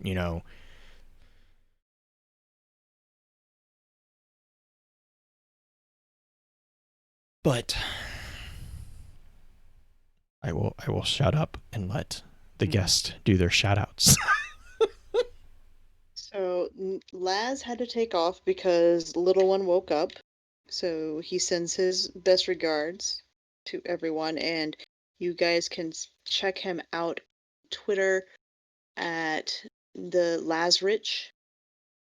He's a cool guy. He puts out a lot of interesting stuff. He definitely has a huge footprint within the lore community. He likes to kind of hop in on a lot of different discussions there. So look him up if you guys are still interested.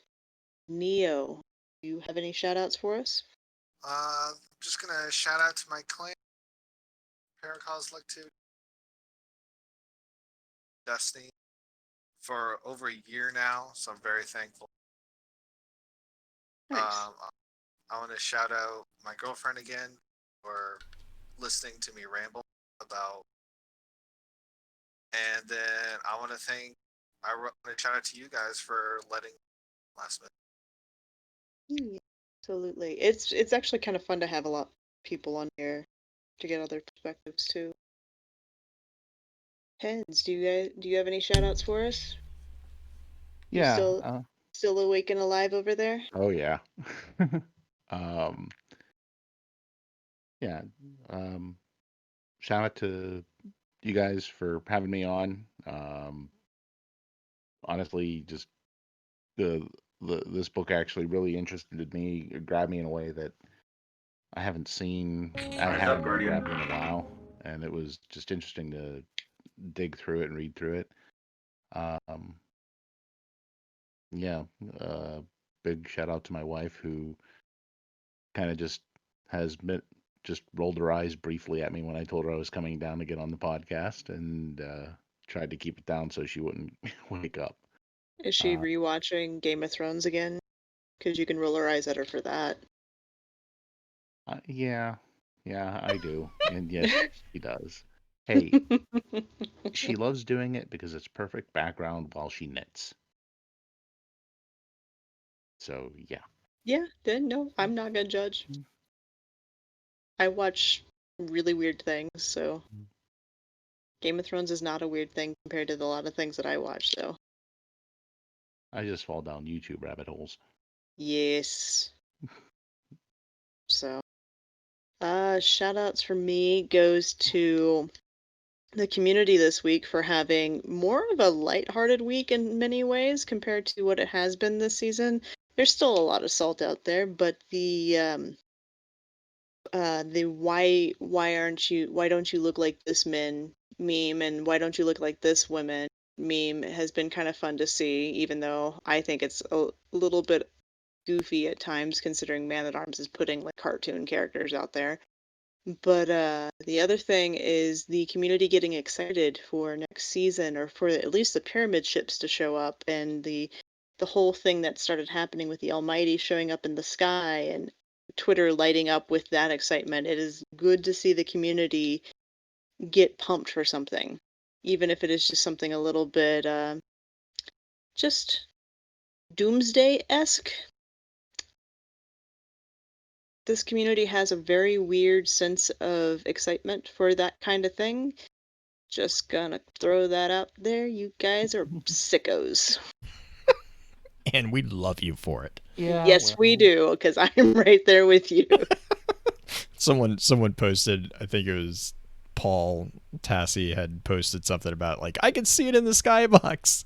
I can't remember if it was like Swain or someone, but they posted, they're like, I just realized, but anyone who's not in the Destiny community probably doesn't understand what in the hell is going on and is really confused because there's all these pictures of people looking at the sun. They're like, what are you doing? I also like how Bungie tells you not to look at the sun, and then today posted a thing about the emote that has the sunglasses, which is my favorite emote. It is my green-eyed music lover emote. I am calling it canon. I don't care if it's not. But they're telling you to look at the sun with the sunglasses on if you are going to look at the sun, and I'm like, no, that still doesn't. That's not how that works. You don't get magic powers from sunglasses. You have to have special like. Yeah, that's why Don't. the eclipse glasses don't work. Oh my god, the eclipse They do in glasses. Avatar. Oh my god. Just use a welder's helmet; it works fine. This is true. There's no Elder's helmet in the tower. Are you kidding? Yeah, right? I know that. There's no there's no PPE. No, we're gonna go back to this? Really?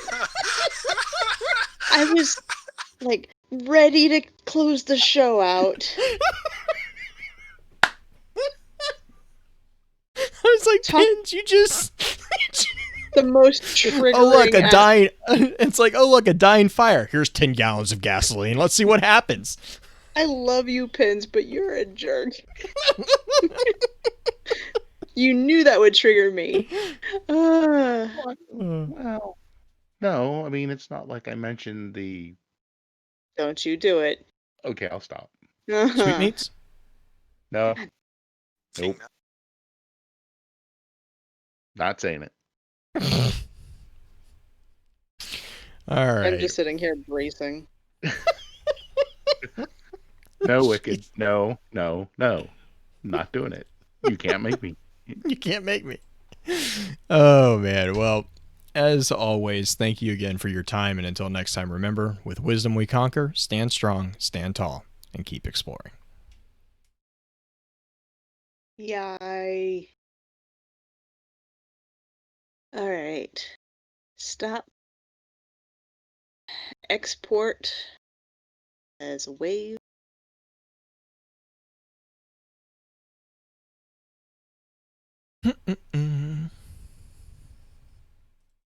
Wicked still wants you to say it, even though it's not recording now.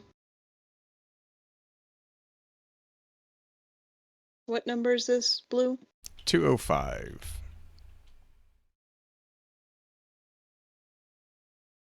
The dark side.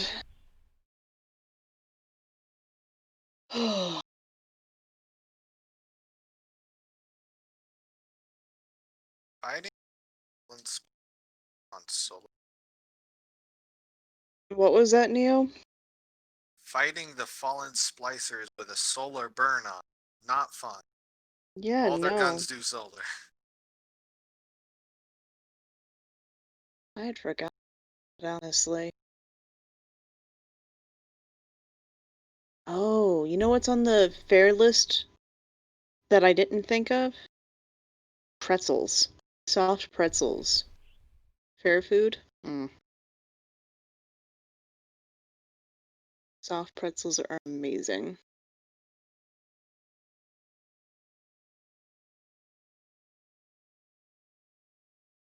Satori. Now I'm curious what you were thinking, Pens. Oh yeah, okay. The subway system on IO. Oh yeah, that's funny. Yeah, I still don't get it. Like, I don't either, but the Pyramidion would be there. Blaine is a pain. Blue is a pain. I nearly got that for my car, actually. The They have a Blaine is a Blaine. pain? Yeah, they have a Blaine is a pain bumper sticker.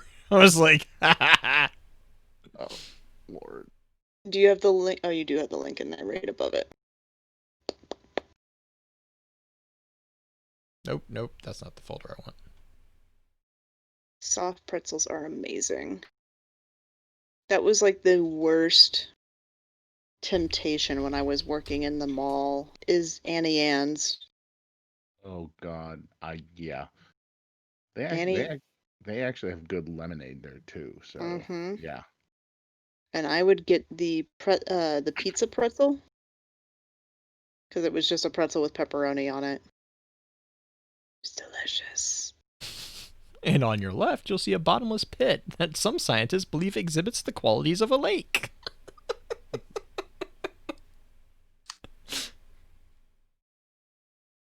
Is the lake a metaphor? It's not a metaphor. I really I'm want sorry, a nostril? a nostril. What? That's What? another. Asher suggests that you're going to a nostril. Yeah. And Ghost just goes, I'm sorry, a nostril? Oh. I want there to be a, hey, BK. Fancy seeing you here. I want there to be a Asher Mirror, not like a mixtape, because Shax is doing the mixtape, right? I want Asher Mirror to do like a go the fuck to sleep style book.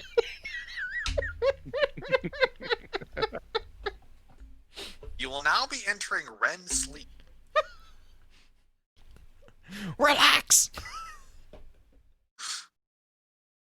Oh my goodness. Well, Asher's research isn't applied according. That's true.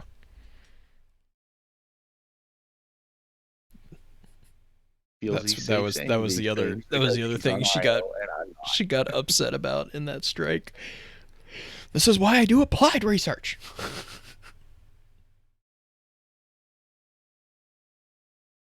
Asher citing 5 of his own books about which one. I like how Asher also, there's the line that Ikor says, Asher feels like he's safe to say that because he is on Io. Okay. And I am not. Because like I am not. It's my favorite Ikora line. I was like, oh, I want to see that brawl. I want to see her take him apart. That would probably be a final death, unfortunately. Yeah, and I think it would be really fucking fast. It would be kind of bully-esque, but it'd be so satisfying. Well, then there's the one where Sloane gets pissed at him. Oh Lord. He hangs up on her or something. Because she can't pronounce a word, or I think it's something about it's because if there's 2 options in that adventure. You can either sabotage the explosives or just blow them up individually. And then if you blow them up individually, Asher will. Huh. Like if you don't use Asher's idea, he'll just stop. He'll just leave the conversation. Sloan will say, Asher left like 10 minutes ago, but I'm proud of you. Good lord. He's such a mansplainer. Oh my goodness. And it's also class dependent. If you're playing on a Titan and decide and don't follow Asher, he'll insult you with like typical Titan ideology. Not electing the smarter choice. I don't remember the exact line. I just remember that he insulted me on my Titan. I just want a compilation of Asher lines, and then I want to make Beard record them. Oh, I can get you Lord. those. Oh no. Because Beard actually does Asher really well.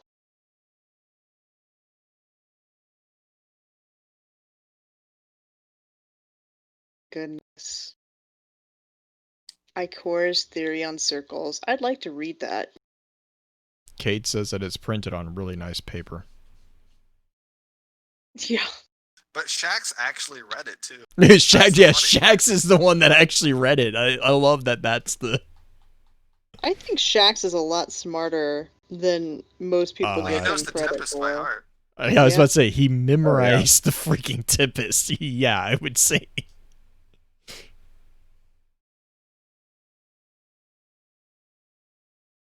Oh, more.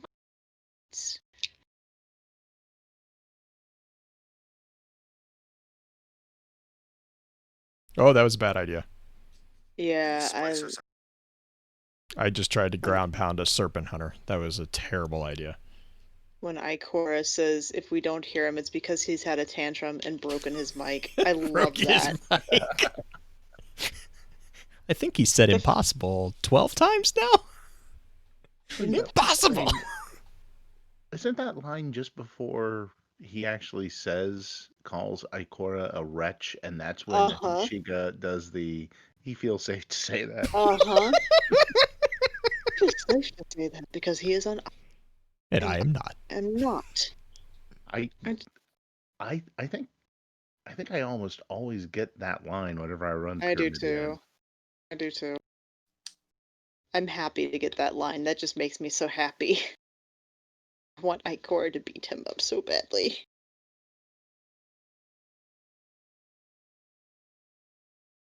Have you ever sat and listened to the Drop Zone radios?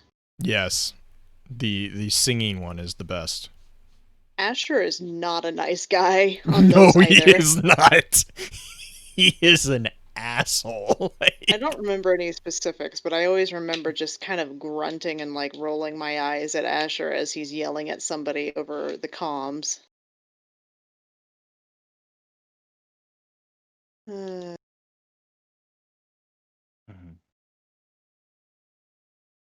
What the heck is the lake all about? It's a metaphor. It is not a metaphor. I mean, I just love how Ghost is the one is like, do you think it's a metaphor? Yeah, the one that has failsafe playing music is the best in my opinion. Like, it's hilarious because the ending where it's just like this painful wail. I'm trying to sing. Please don't.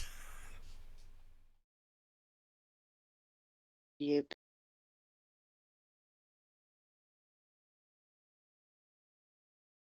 Mine is uploaded. I've got 38 minutes left on mine. Oh. I am so happy for Master, which doesn't make a damn bit of difference right now in Crucible or Destiny in general. It is not on the individual server or individual upload speed side. The servers are really overloaded. My download speeds are fine. It's just my upload speed's only about 5. Yeah. So that's normal.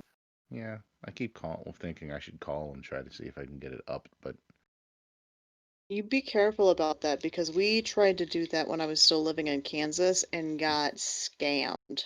Yeah. That's the only other. I mean, honestly, it's the only really time it comes into play is if I'm every now and again when I'm streaming. Sometimes it acts a little wonky, but for the most part, it's fine.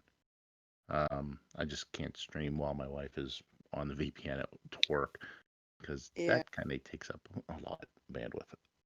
Yeah, it Julie watching movies, watching anything. Speaking of watching TV shows, you want to know my crazy show? Kind of ribbon at Aaron a little bit, but we've been kind of we've been watching The Masked Singer. Julie and I just finished season 3 of it. That is a stupidly addicting show. Heard My people talk girlfriend about that. was last month. My girl that You cut out again on us, Nia. What was that? last month my girl was obsessed with the Love Is Blind show on Netflix. Yeah. I don't entertaining. understand. But I don't know. Love Is Blind. What's that? It's this so it's kind of like it's like trashy reality TV It's like The where you Bachelor. have these like I think it was like 6 men and 6 women can only talk to each other without seeing each other, and they have to like propose, and it's only when they propose that they can actually see each other, and then they get married, and like, and it's reality TV, so there's of that nonsense. Dancing, I'll put that on my list. I was actually just looking for a show to watch, so. What were you gonna say? Oh God! There are so many fucking crawlers. Go away. Dark. No, Pens was gonna mention some thing. I don't know if he was that. Can't remember what I was gonna say now. It's okay. There are. Can I just make you guys watch one, or at least just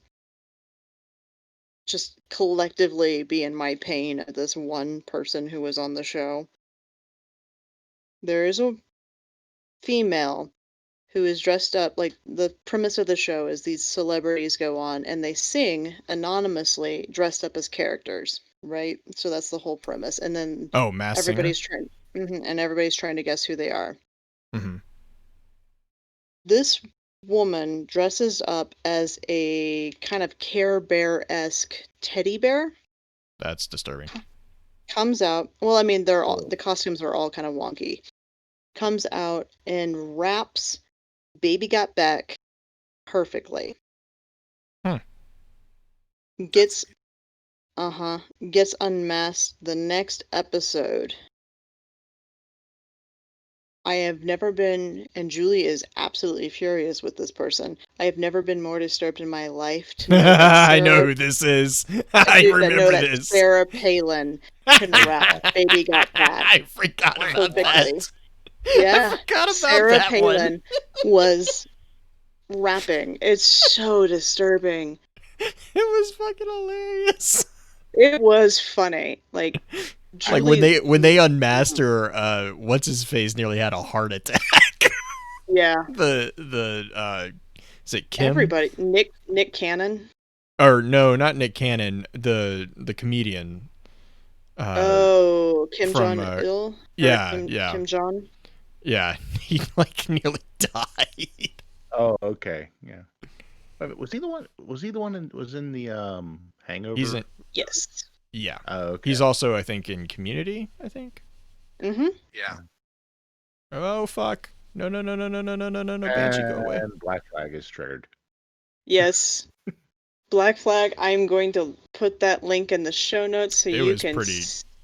It was pretty fucking hilarious, actually. It was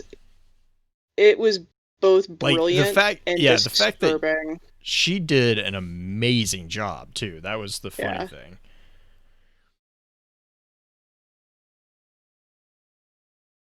She's a good one that's on there. Another big name that I loved, absolutely adored, was Peacock from season 1, who turned out to be Donny Osmond.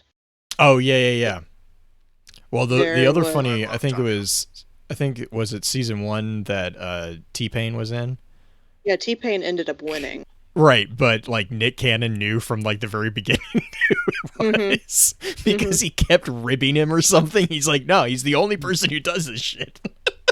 There's another thing that I think Nick Cannon gets a little extra advantage over anybody else because Nick Cannon will actually hear their real voice. Oh, And yeah, I guess that's it's not true, yeah. filtered through the mic. So he'll be able to figure it out much easier than anybody else. Well, but for T-Pain, I think that was the one that he gave him an envelope like before the show even started, and he was like, "No, this is who it is." And they're like, "You don't know," and he was like, because he was, I guess he was picking on him behind the curtains or something. And he's like, he's the only one who does this shit. Yeah, Wayne Brady is another really good one that was on the show. He was fantastic. He was probably the most polished singer on there in season 2. If I remember right, Ninja didn't do too terrible. Oh, Ninja was awful. Did he? Ninja was he? He was the ice cream. He just had a bad song choice, I think, more than anything. Let's see here, who else is on there? Just Wasn't Flavor Flav on there? Lil Wayne was. I don't think Flavor Flav was. Oh, no, it was Little. Yeah, Little Wayne. That's who it was. Yeah. Sorry, Black Flag. Not sorry. Also. Let's see here. Tommy Chong was on there. If you want a funny one.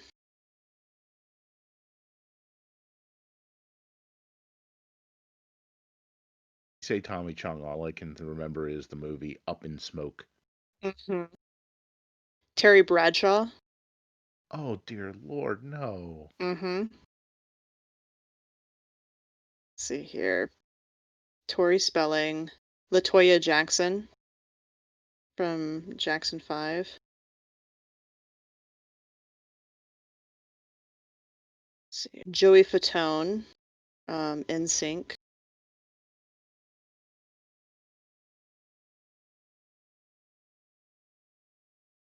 Or Pittsburgh. He actually didn't do too bad, Black Flag. Oh my god, this tank just did a swan dive onto this grunt, and that was fucking hilarious. Where do you? Warzone. Like this tank just drove off a cliff. What is that? Yeah. Belly Ninja was on flopped there. onto it. I don't know what that is, honestly. I don't. Oh, it's Halo. Yeah, Halo 5.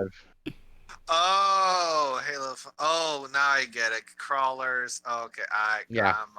I'm on the same page now. We're fighting. Oh, Drew. Pip-Hap. Drew Carey was Goblin. on there. Rob Gronkowski. God, he actually annoyed the shit out of me. So last week I rewatched entirety of Avatar: The Last Airbender while I was at work. I work at a McDonald's and I was just on like so I could have it as background. Nice. And then I convinced my best friend to start watching it with me and my girlfriend to start watching it with me. So I basically started watching Avatar 3 times in 1 week. I think I have only ever seen the first 3 or 4 episodes of Avatar, and then I just never picked it back up. Yeah, it gets significantly better. It's one of my. I'm not much further shows than of all you, time. but it does definitely get better. Like I think know. I've rewatched the series 5 times. One of the scenes I remember is I don't remember the name of the kid, the firebender that has the big Zuko. scar on his. Zuko. Yeah, him basically getting chastised by his uncle. I loved his uncle. Like his His uncle. His uncle's a You mean the objectively best mentor character in all of fiction? It's such an awesome the bath scene. Oh, I love the bath scene. He's like, oh no, Pretty he good. keeps getting put in situation like he gets kidnapped and he's like, I'm uncomfortable. Oh shit. Iroh. Pyro remember is that. amazing. His tea and his what's the game that he's always playing? It's not Pie Show. Mahjong. He's always playing Pie Show. Pie Show. It's That's called right. Pie Show. And there was an His episode where he lost his white lotus piece. Lotus tile. And he made him turn around. He's like, "Oh no, I left it at the marketplace." But And then the only thing better than finding something you've lost is finding something you didn't need for a great price. Oh, and Lord. the ending of the episode is the best because he finds it. He's like, "Oh, I didn't lose it. It was in my sleeve the entire time." Oh my god. He's definitely the uncle character to a T. Well, and then you start finding out his backstory, and he's actually not like he's actually got some weight to his character too. Sure. I gathered that a little bit from that chastisement that Zuko got from him and kind of the history of the Fire Nation. Oh yeah. He definitely pulled his weight and did things that, but I mean, like, his character now is just, oh my god, I love his character. Where is it at? Is it on Netflix right now? Yeah, Yeah. it was re-added to Netflix like last week or 2 weeks ago. Yep. Gotcha. I have Netflix. I might see if I can convince Julie. I think she'd be more apt to watch Last Avatar than Dragon Avatar: Ball. The Last Airbender. Yeah, that's true. Not the last Avatar. I just wish they would put Chuck back on. Oh shit, Chuck was Netflix. amazing. I think it's on Amazon Prime. Really? I have to check that then.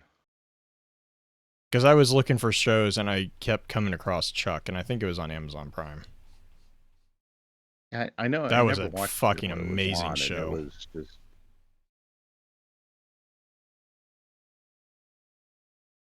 I love that show. Yeah, Did you finish it? Did you watch the whole thing? I didn't. I got through, I think, season 1 and part of season 2, and then Oh stopped yeah, watching for a little bit, and then it was like I come back and it's not there anymore. I'm like, what? Yeah, they ended after, I think it was season 5, but it was one of the few shows that it kind of got canceled, if I remember right, but they were actually able to wrap it up satisfactorily. Like, it actually made sense, unlike, Battlestar Galactica, which just ended. We're angels. No. I don't know. All right, But, I am. No, I was going to say, for Black Flag, I never finished it all the way off, but I think they kind of assumed it. I don't think there's anything definitive about him What, Chuck? and The ending? her. Yeah, no, Yeah. the ending, the very end of the very last episode explains it. Like, there's something that happens that is, I don't want to say it because it will spoil the show for you if you haven't seen it. But like, the whole thing, it all gets wrapped up, and it's like, it's not explicitly stated, but it's very, very, very heavily implied what happens. So it was one of those shows that it's like, oh, I'm sad it's gone, but actually in hindsight, I don't know how much longer they could have gone even without it getting like super cheesy, because it was already like borderline cheesy enough as it was. Yeah. Sometimes it's best they just end when they do. Okay, so the Dragon Prince is made by the same creator of Avatar. Okay, that's why the animation looks so similar. Yes, I believe Brian Night Green something did Avatar, as well as the head writer from Avatar, which is Aaron Has. Oh, okay. I think.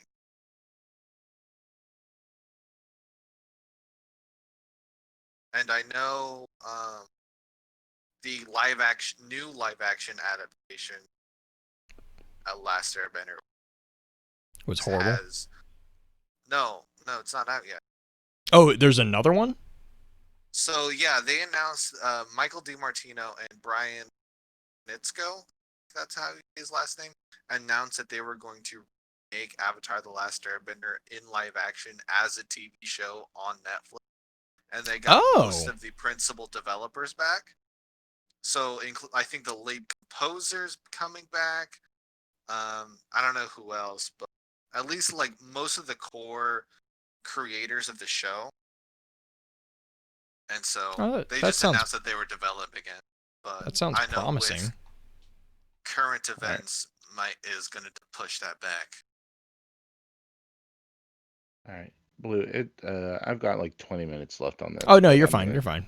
I can get it tomorrow. That's fine. All right, cool. Cool. All right. Stream, you guys have a great night. We'll see you next week. And